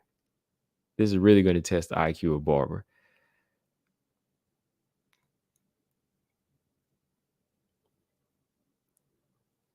And like I said, I remember now. All right, Easy. I'm remembering this. If Caitlin pulls out the 30-27, We're gonna put your comment up there for a month. We gonna pin Easy E's comment for a whole month. 3027 Chikagan. Paul said I could be totally wrong. Yeah, you might not be, man, because Barber might have a new game plan against these type of movers. You know, I just saw how Manon had a little bit of close moments with Caitlin, and she had the tools to get it done, and she had the tools to even outstrike her at times, which is what it took at times. But it was close. It was very close. But she got it. Barber, I just I gotta see how she closes the distance. Like, if she closes the distance really well in this fight and connects in the first round, then I'll be like, yeah, okay, yeah. I'll be like, okay, that's where I'm kind of having trouble picking her, Paul, is the fact that she might let the first round or so slip. Like, I have to see her in there in the first round, like Aaron Blanchfield, picking that lead up early. Even like Manon, Manon moves, but she'll step into that range early. She'll step in that range early and start connecting. Like, if I see Caitlin on against that cage, on the back foot, can't get away. Yeah, uh-oh. James said if she gets 30-27, Barber ain't a real. I think, look, maybe 29-28, but man, if it's 30-27, like I said, that comment has got to go up. That comment's got to go up. G Frame said, let's make a combo breaker verdict league so we can make and track each other's picks. Yeah, all right, let's do it. How we do that? let's well, I'm gonna have to start posting like a little template or something, right? Everybody that want to be involved, I'm gonna put their names up there. We'll start off with G Frame since he suggested it. I might have to put a template up there. Like, let me see, what's a good card to start with? It's a little too late for this one. No, it ain't too late now. It ain't too late, man. I might pull out my little Excel spreadsheet and I'm gonna put names up there. I'm put G Frame up there, Easy, Paul, Mastermind, Lolita. We gonna put in your picks. We're gonna put in your picks, and I'm gonna paste it right here on the background so we can see everybody's pick right there and who they picked. And we always been honest about our picks anyway, so it's just like I've gone like 0-4 at times, Well, that was mostly like with Bellator. I don't know why, but I've been getting my WMMA picks mostly this 2024 so far. I've been going 3-0 a couple times. Did you do a Barber seminar poll yet? No, not yet. Matter of fact, yeah, let me go ahead and do that. G Frame said I'll post the deets in the Discord. Okay, yeah. Post it in there and I'll pull it up tonight. Lolita said main card or all fights. What do y'all want to do? All fights or the main card? Might have to do all fights because y'all know the women's fights are usually on the early prelims or the prelims. So maybe we'll do the all fights, Lolita, especially if it's like a good main event. Especially if it's like a good main card, like even if it's all men's fights, like this card coming up this Saturday. This card, this whole Saturday, this whole card Saturday is on point, but all 5 men fights are good. So Ulysses said if it's 30-27, we all got to bow down to Chikagan. Oh, yeah. Oh, appreciate that, Lolita, with the 10 spot. I appreciate that.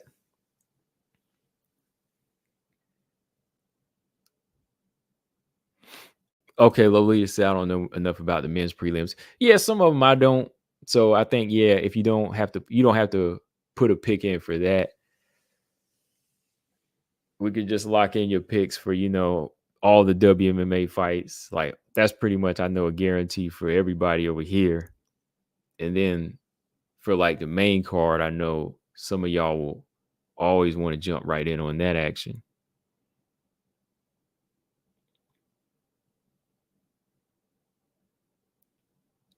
Yeah, for the prelims. Yeah, we could do that. Okay, Lolita's got Moreau and Barber. Okay, all right. Moreau and Barber. 29-27 for Caitlin Chikagan. Mastermind. Yeah, Barber's got to close the distance, mastermind. She's got to start early. Paul said, but we already saw what happens when people beat Barber, like Maverick and Lee. Maycee still wins. Paul, crazy, man. So do you agree with that one, Paul? Let me ask you this, Paul. Like, Andrea Lee fight, did you think Barber won that fight or did she lose that fight? I thought she did enough to edge that one out. Like, I could see it. But I thought Miranda just taking the first 2 rounds from her.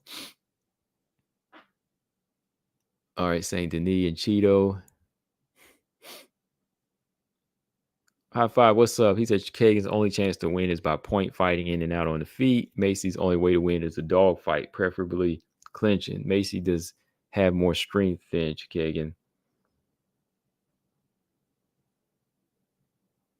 You think she got more strength than Kagan? Yeah, like she might have some more, physical strength. Yeah.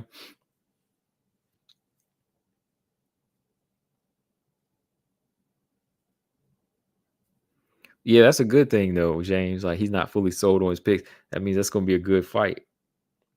Like I ain't sold on, man. Like I want JoJo to win, but shoot. Song Yadong, I want him to win, but shoot. Like that's gonna be a tough fight.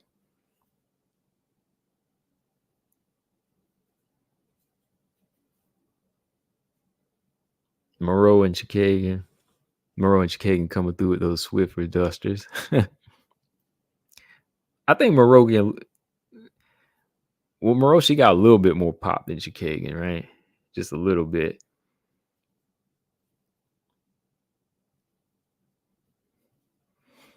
You see, I was bummed watching it because I thought Maycee lost, had blood all over, but Maycee may have more damage. I do honestly think Miranda may have beat her though. Yeah, I thought so.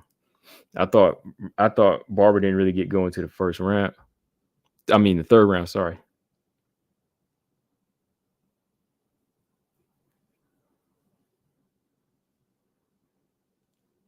G. Frank says he thought she lost both of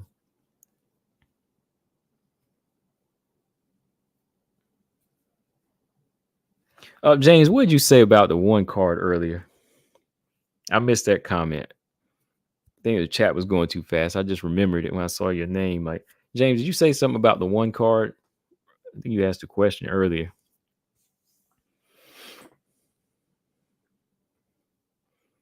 Oh, Moreau JoJo is loser leaves town. Winner and loser leaves town. Yeah, she's planning on leaving. JoJo is.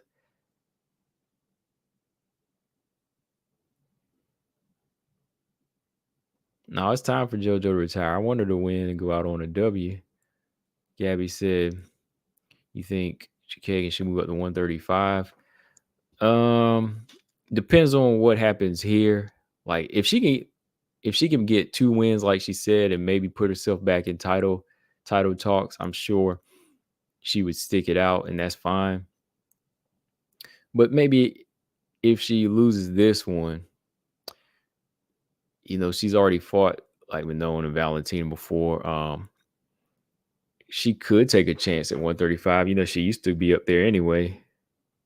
In the way the division is right now, I mean, she could get into the mix. And I mean, she's already beaten Irina Aldana before and Lauren Murphy at 135 in the past. So, maybe her style might carry up there well against some of these fighters. She might go in there and like touch up Ketlin Vieira or Misha Tate. Like who would y'all pick in a Chikagan Tate fight at this point? Shoot, I pick Caitlin. I pick Caitlin Chikagan over Misha Tate, man.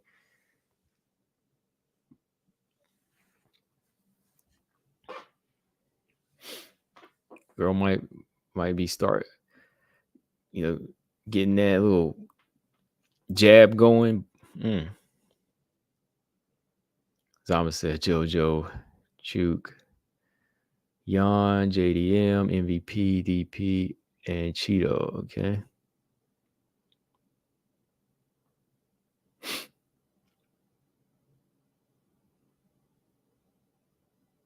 Rabios, I don't know. Chikane gets tossed by strong girls. Yeah, she does. Paul said, "Oh yeah, Chikane against Misha Tate. Yeah, I would pick Chikane against Tate, man. I think she would probably try to take her down. Maybe she might get one or two, but I still think Chikane might get up out the mix."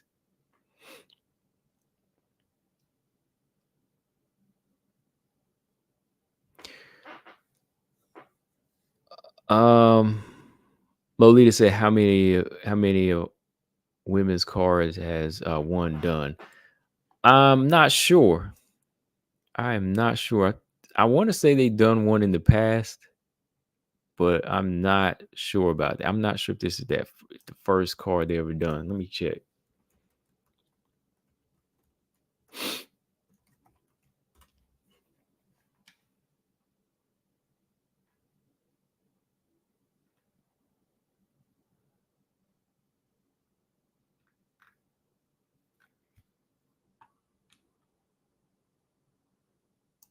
Oh, it looks like they.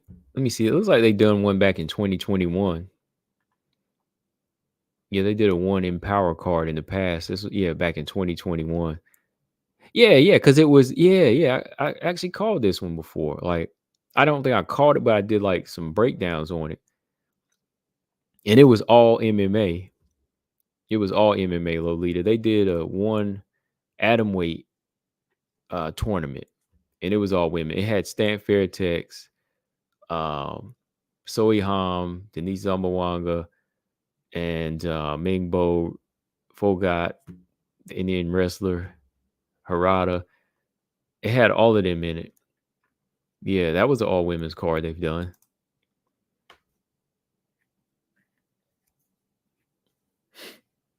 I Mastermind said I can't wait for Aaron and Manon. Yeah, I can't wait for that fight. End of this month can't come fast enough. Ulysses said he's got O'Malley, Poirier, Holland, Burns, and Yan. Okay, here's a tricky question, y'all. How do you think the main event goes? You think we get all stoppages? What card was that we got all stoppages? Was that 296? Yeah, I think 296, right? Was 296. It was all five stoppages, I want to say. Or is it 295? I can't remember.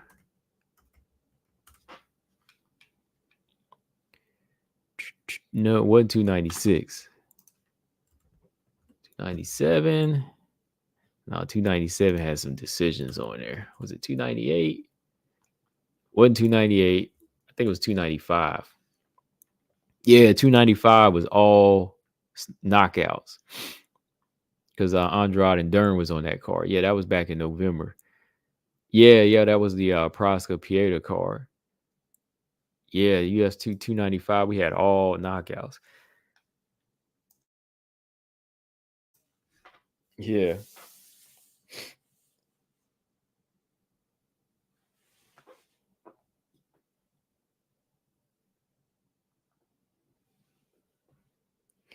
Oh boy, high five. What you talking about? You think Tatiana is ducking Slamos? She gonna get back in the mix, man.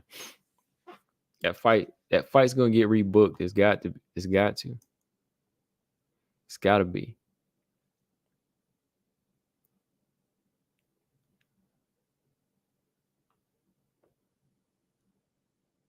They should have had Aaron and Manon on this card. To be honest, Easy said, "Oh, you think so? On this 290 299 card?"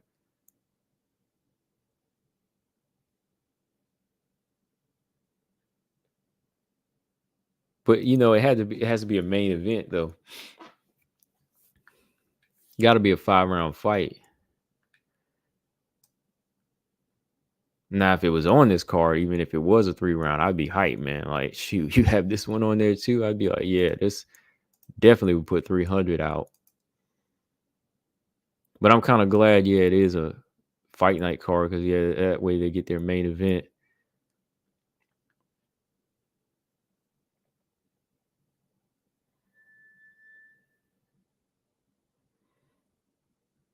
High five said Tatiana's getting old and cutting weight that would destroy her. Yeah, yeah. That's gonna be a problem though. Yeah, the weight will be a problem. I think she'll be able to make it though. Cheeto is an unkillable zombie who gives rounds away. I'm thinking decision.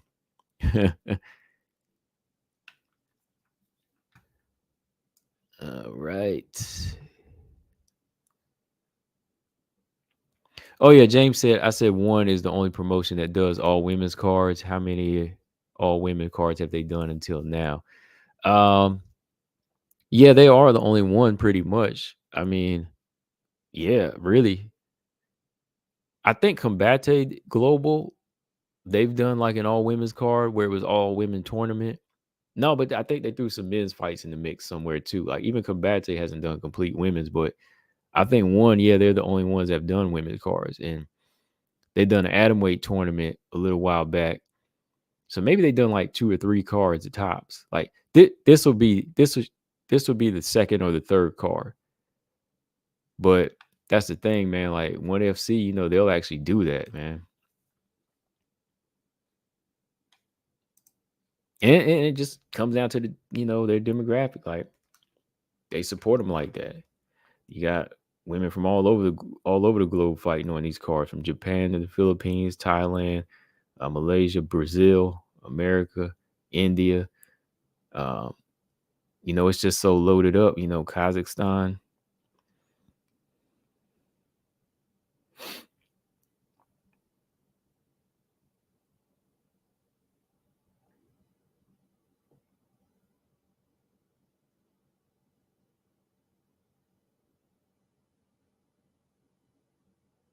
Ulysses said if Suarez ends up fighting Whaley, she's getting rocked. I remember when Nina Azaroff rocked her too.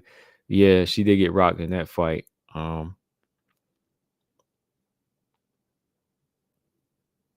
Suarez needs this Lemos fight first.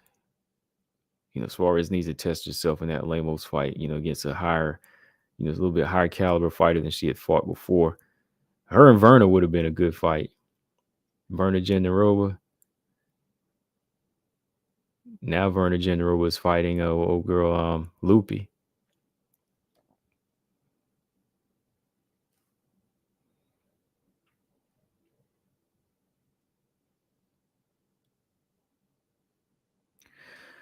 Paul said Aaron Manone, who is the dog, or is it a pick 'em? Still no lines out yet for that one. Let me see. The Asians respect women's MMA. Yeah, they respect it. ONE FC women are much better strikers overall. ONE FC women are much better strikers overall. Easy said, okay.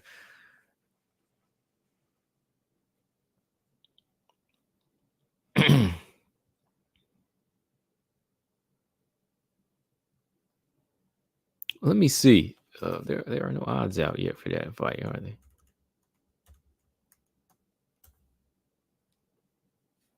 Mm-hmm.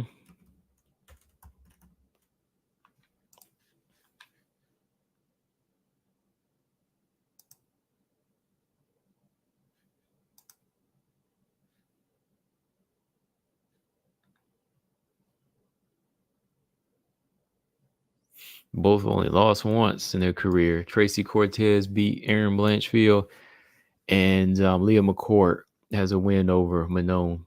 Both very arguably close.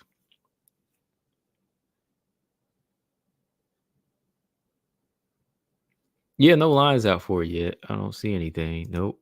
No odds up.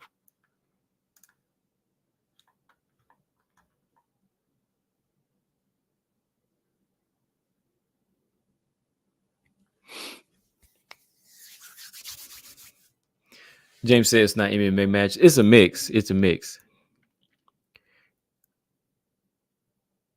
There's 2 MMA matches on here, but there's more and more Thai fights. And the main event is a kickboxing match. And there's a grappling match as well. So um, yeah, it's going to be a mix, but they've done an all MMA card. Like whenever it's a tournament, they will do an all MMA tournament. Ravioli said Manon was tossed to Leo McCourt being in the clutch. Yeah, she was, man. I remember I went back and called that fight to just play it through, and I was like, man, no one won that fight. Yeah, so see, it's kind of like one of those situations. It's been a while where you seen Aaron or Manon in trouble, so it's kind of hard to pick who is the underdog in this fight or the favorite because Tracy Cortez, that was a close fight with Aaron McCourt, close fight. Oh, Sundell would destroy Stamp. She's huge, man. That girl's huge. She can take a punch too.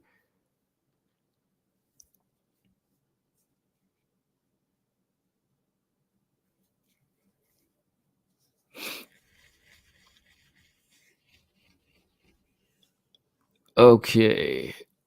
Lolita said, "Who wins there, Verna or Loopy?" Man, that's a tough one. I think. Oh man, that one is tough to call.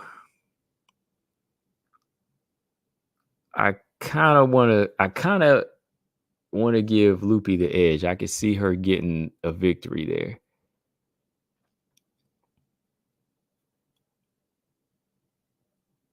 Not sure yet, but I kind of give Loopy the edge.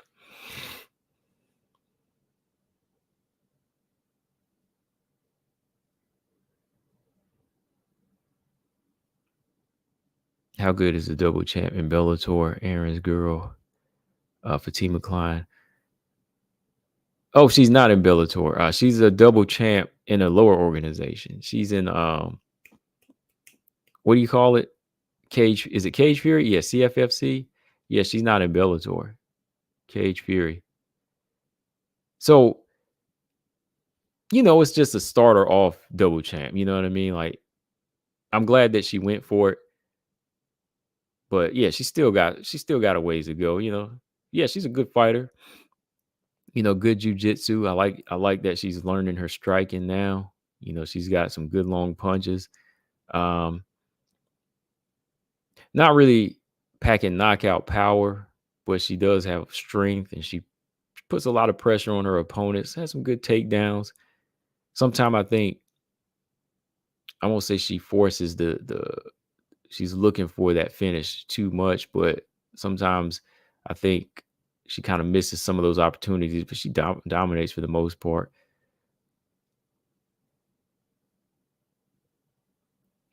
I still want to see her go to 115 more. Like I want to see her stay there.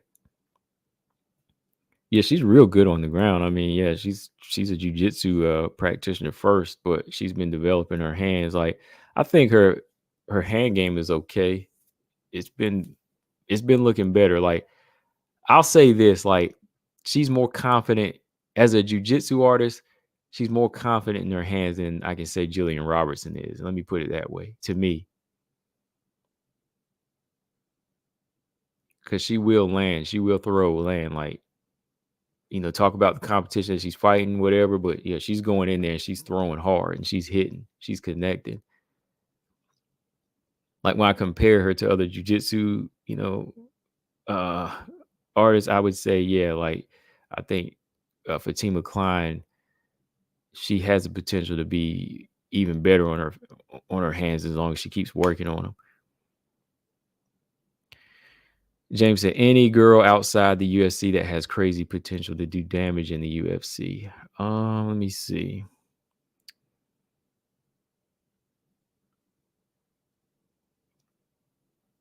As far as like potential, I think like if I was to pick, let me see. I need to see a few more fights from like Dakota, Dachiva. Um, I think Fatima Klein, she's has potential to get into the UFC, definitely. But like as far as like doing serious damage, I'm not sure yet.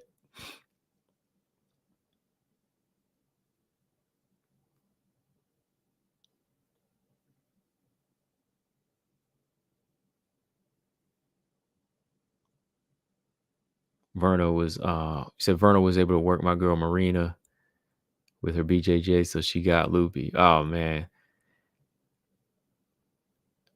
Yeah, I was going for Marina in that too, man. That was a bad fight for Marina to return against. I got Marina against Andrade though, man.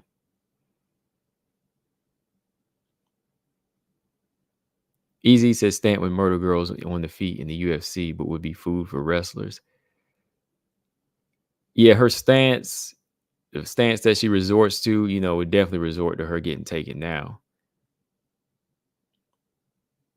Like, what you think, Easy, man? Stant Fairtex versus Carla Esparza. Look, y'all know I'm a fan of Stant Fairtex, but hey, now, Carla Esparza, man, she see that takedown, man. She going in, man. So let's say fantasy matchup: Stant Fairtex versus Carla Esparza. I'll put that poll up. I'm gonna do a fantasy fight for y'all WMMA fans. I'm gonna put up Carla versus Stant.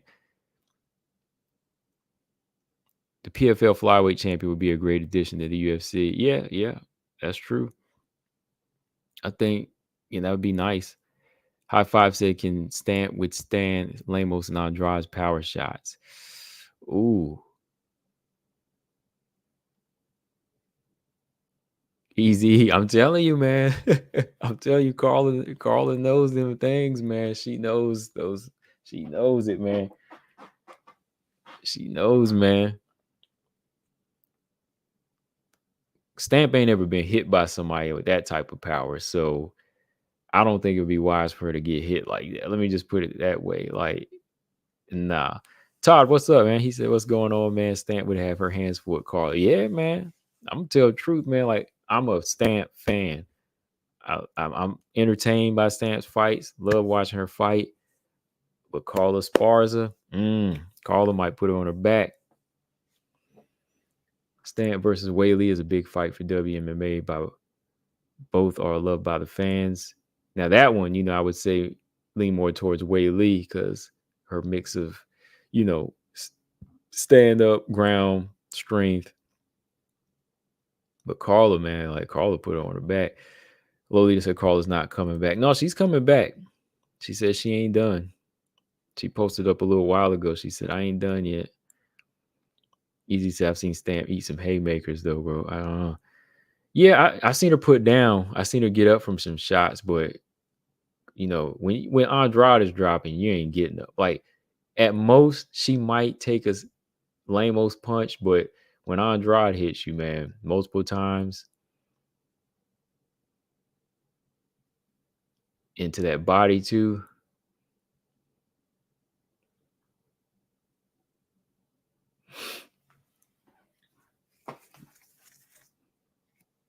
Yeah, Stamp still has more like a Muay Thai stance,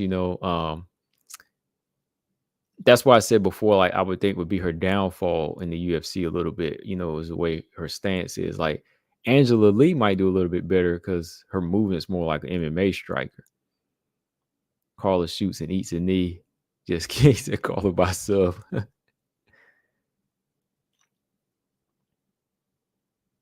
G Frame said she'll be gassed trying to get back to her feet. James said Carla's an atom weight to me. Yeah, she still could get to that. If she could still get down there, man, like, she could still do some things at 105. I wonder if Tisha could though, because she got a lot of muscle though. How would have Angela Lee performed in the UFC? If Angela Lee had been like really active and training, man, I think Angela Lee probably could have gotten top 10. Because yeah, I think she gets hit too. Like she's prone to some body shots and head shots too. But I think with the right boxing coach and stuff, she could have stepped up her game a little bit more. And the way she, like I said, she moves her stance. It is more like an MMA fighter. That's how she was able to get in there on Stamp though. Had more success and it came down to it.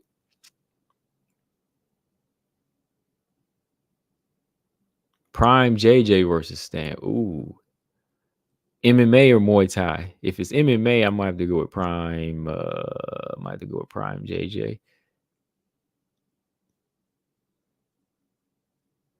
Yeah, easy. I don't think she will. I wouldn't either. Like at this point in her career, like it'd be nice, but I don't really think for like the fans' sake to just see her crossover. But at this point, I don't really think she needs a UFC.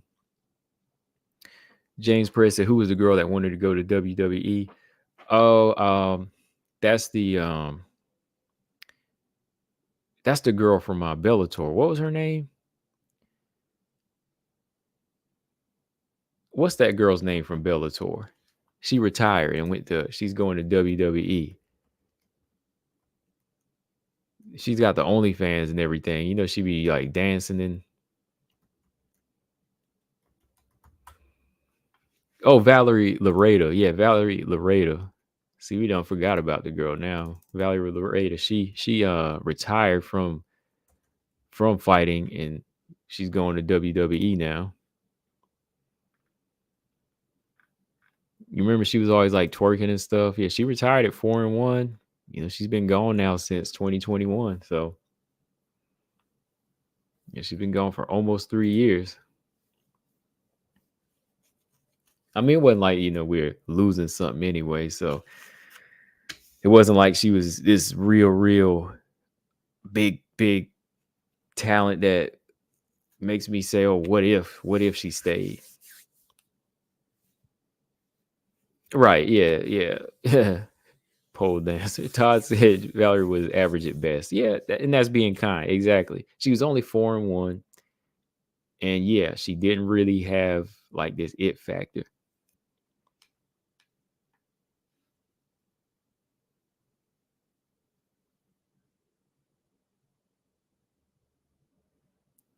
Oh, Angela Lee more of like a strawweight size. You can notice that she's easily significantly bigger than all her opponents at 1FC's 115. She's long, got some big shoulders. Yeah.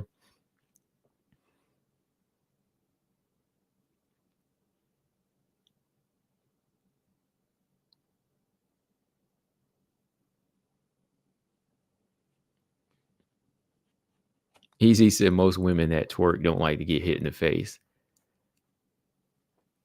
Well, Eileen Perez, right? She liked to get hit in the face multiple times. About tired of seeing her twerking though, man. Yeah. Next week is Jocelyn Nunez and Chelsea Chandler. Yeah, we got that fight too. Carla is the problem in the ranking. And Carla is the problem in the ranking, including Andrade Lemos. How many can get past them?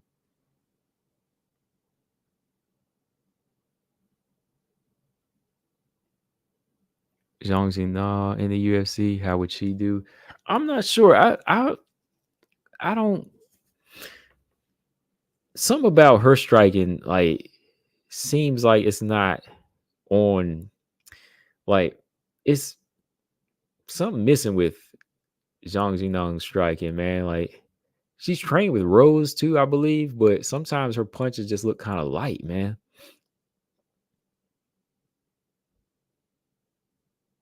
I don't know.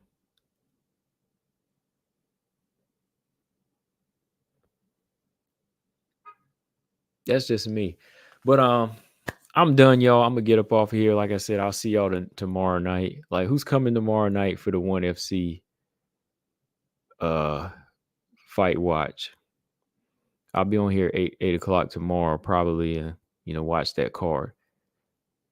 Let's see if I can make it through all 9 fights without dozing off, though. I'll be off tomorrow, so I should be fine, right?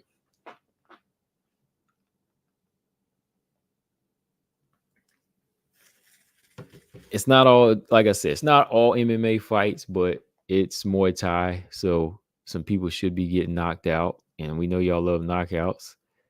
Easy, I'll most likely be there. Okay, cool. I'll be here. And let me put up this poll too for Sermonera and Barber. I'll officially put up Sermonera too. Since she changed her name, I'm gonna start calling her Sermonera. I'm gonna put the name up there, put that post up there right now. But yeah, make sure y'all subscribe, hit the like button on your way out, and I'll catch y'all tomorrow night for that card. Yep. Yeah, no problem, Todd. He said thanks for the knowledge tonight for sure.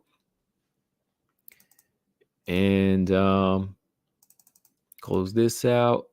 Yep, it's good. Just sitting up here chatting with y'all for a little bit. Zama said always Chicago. Always Chicago. All right, y'all. I'm out. Peace.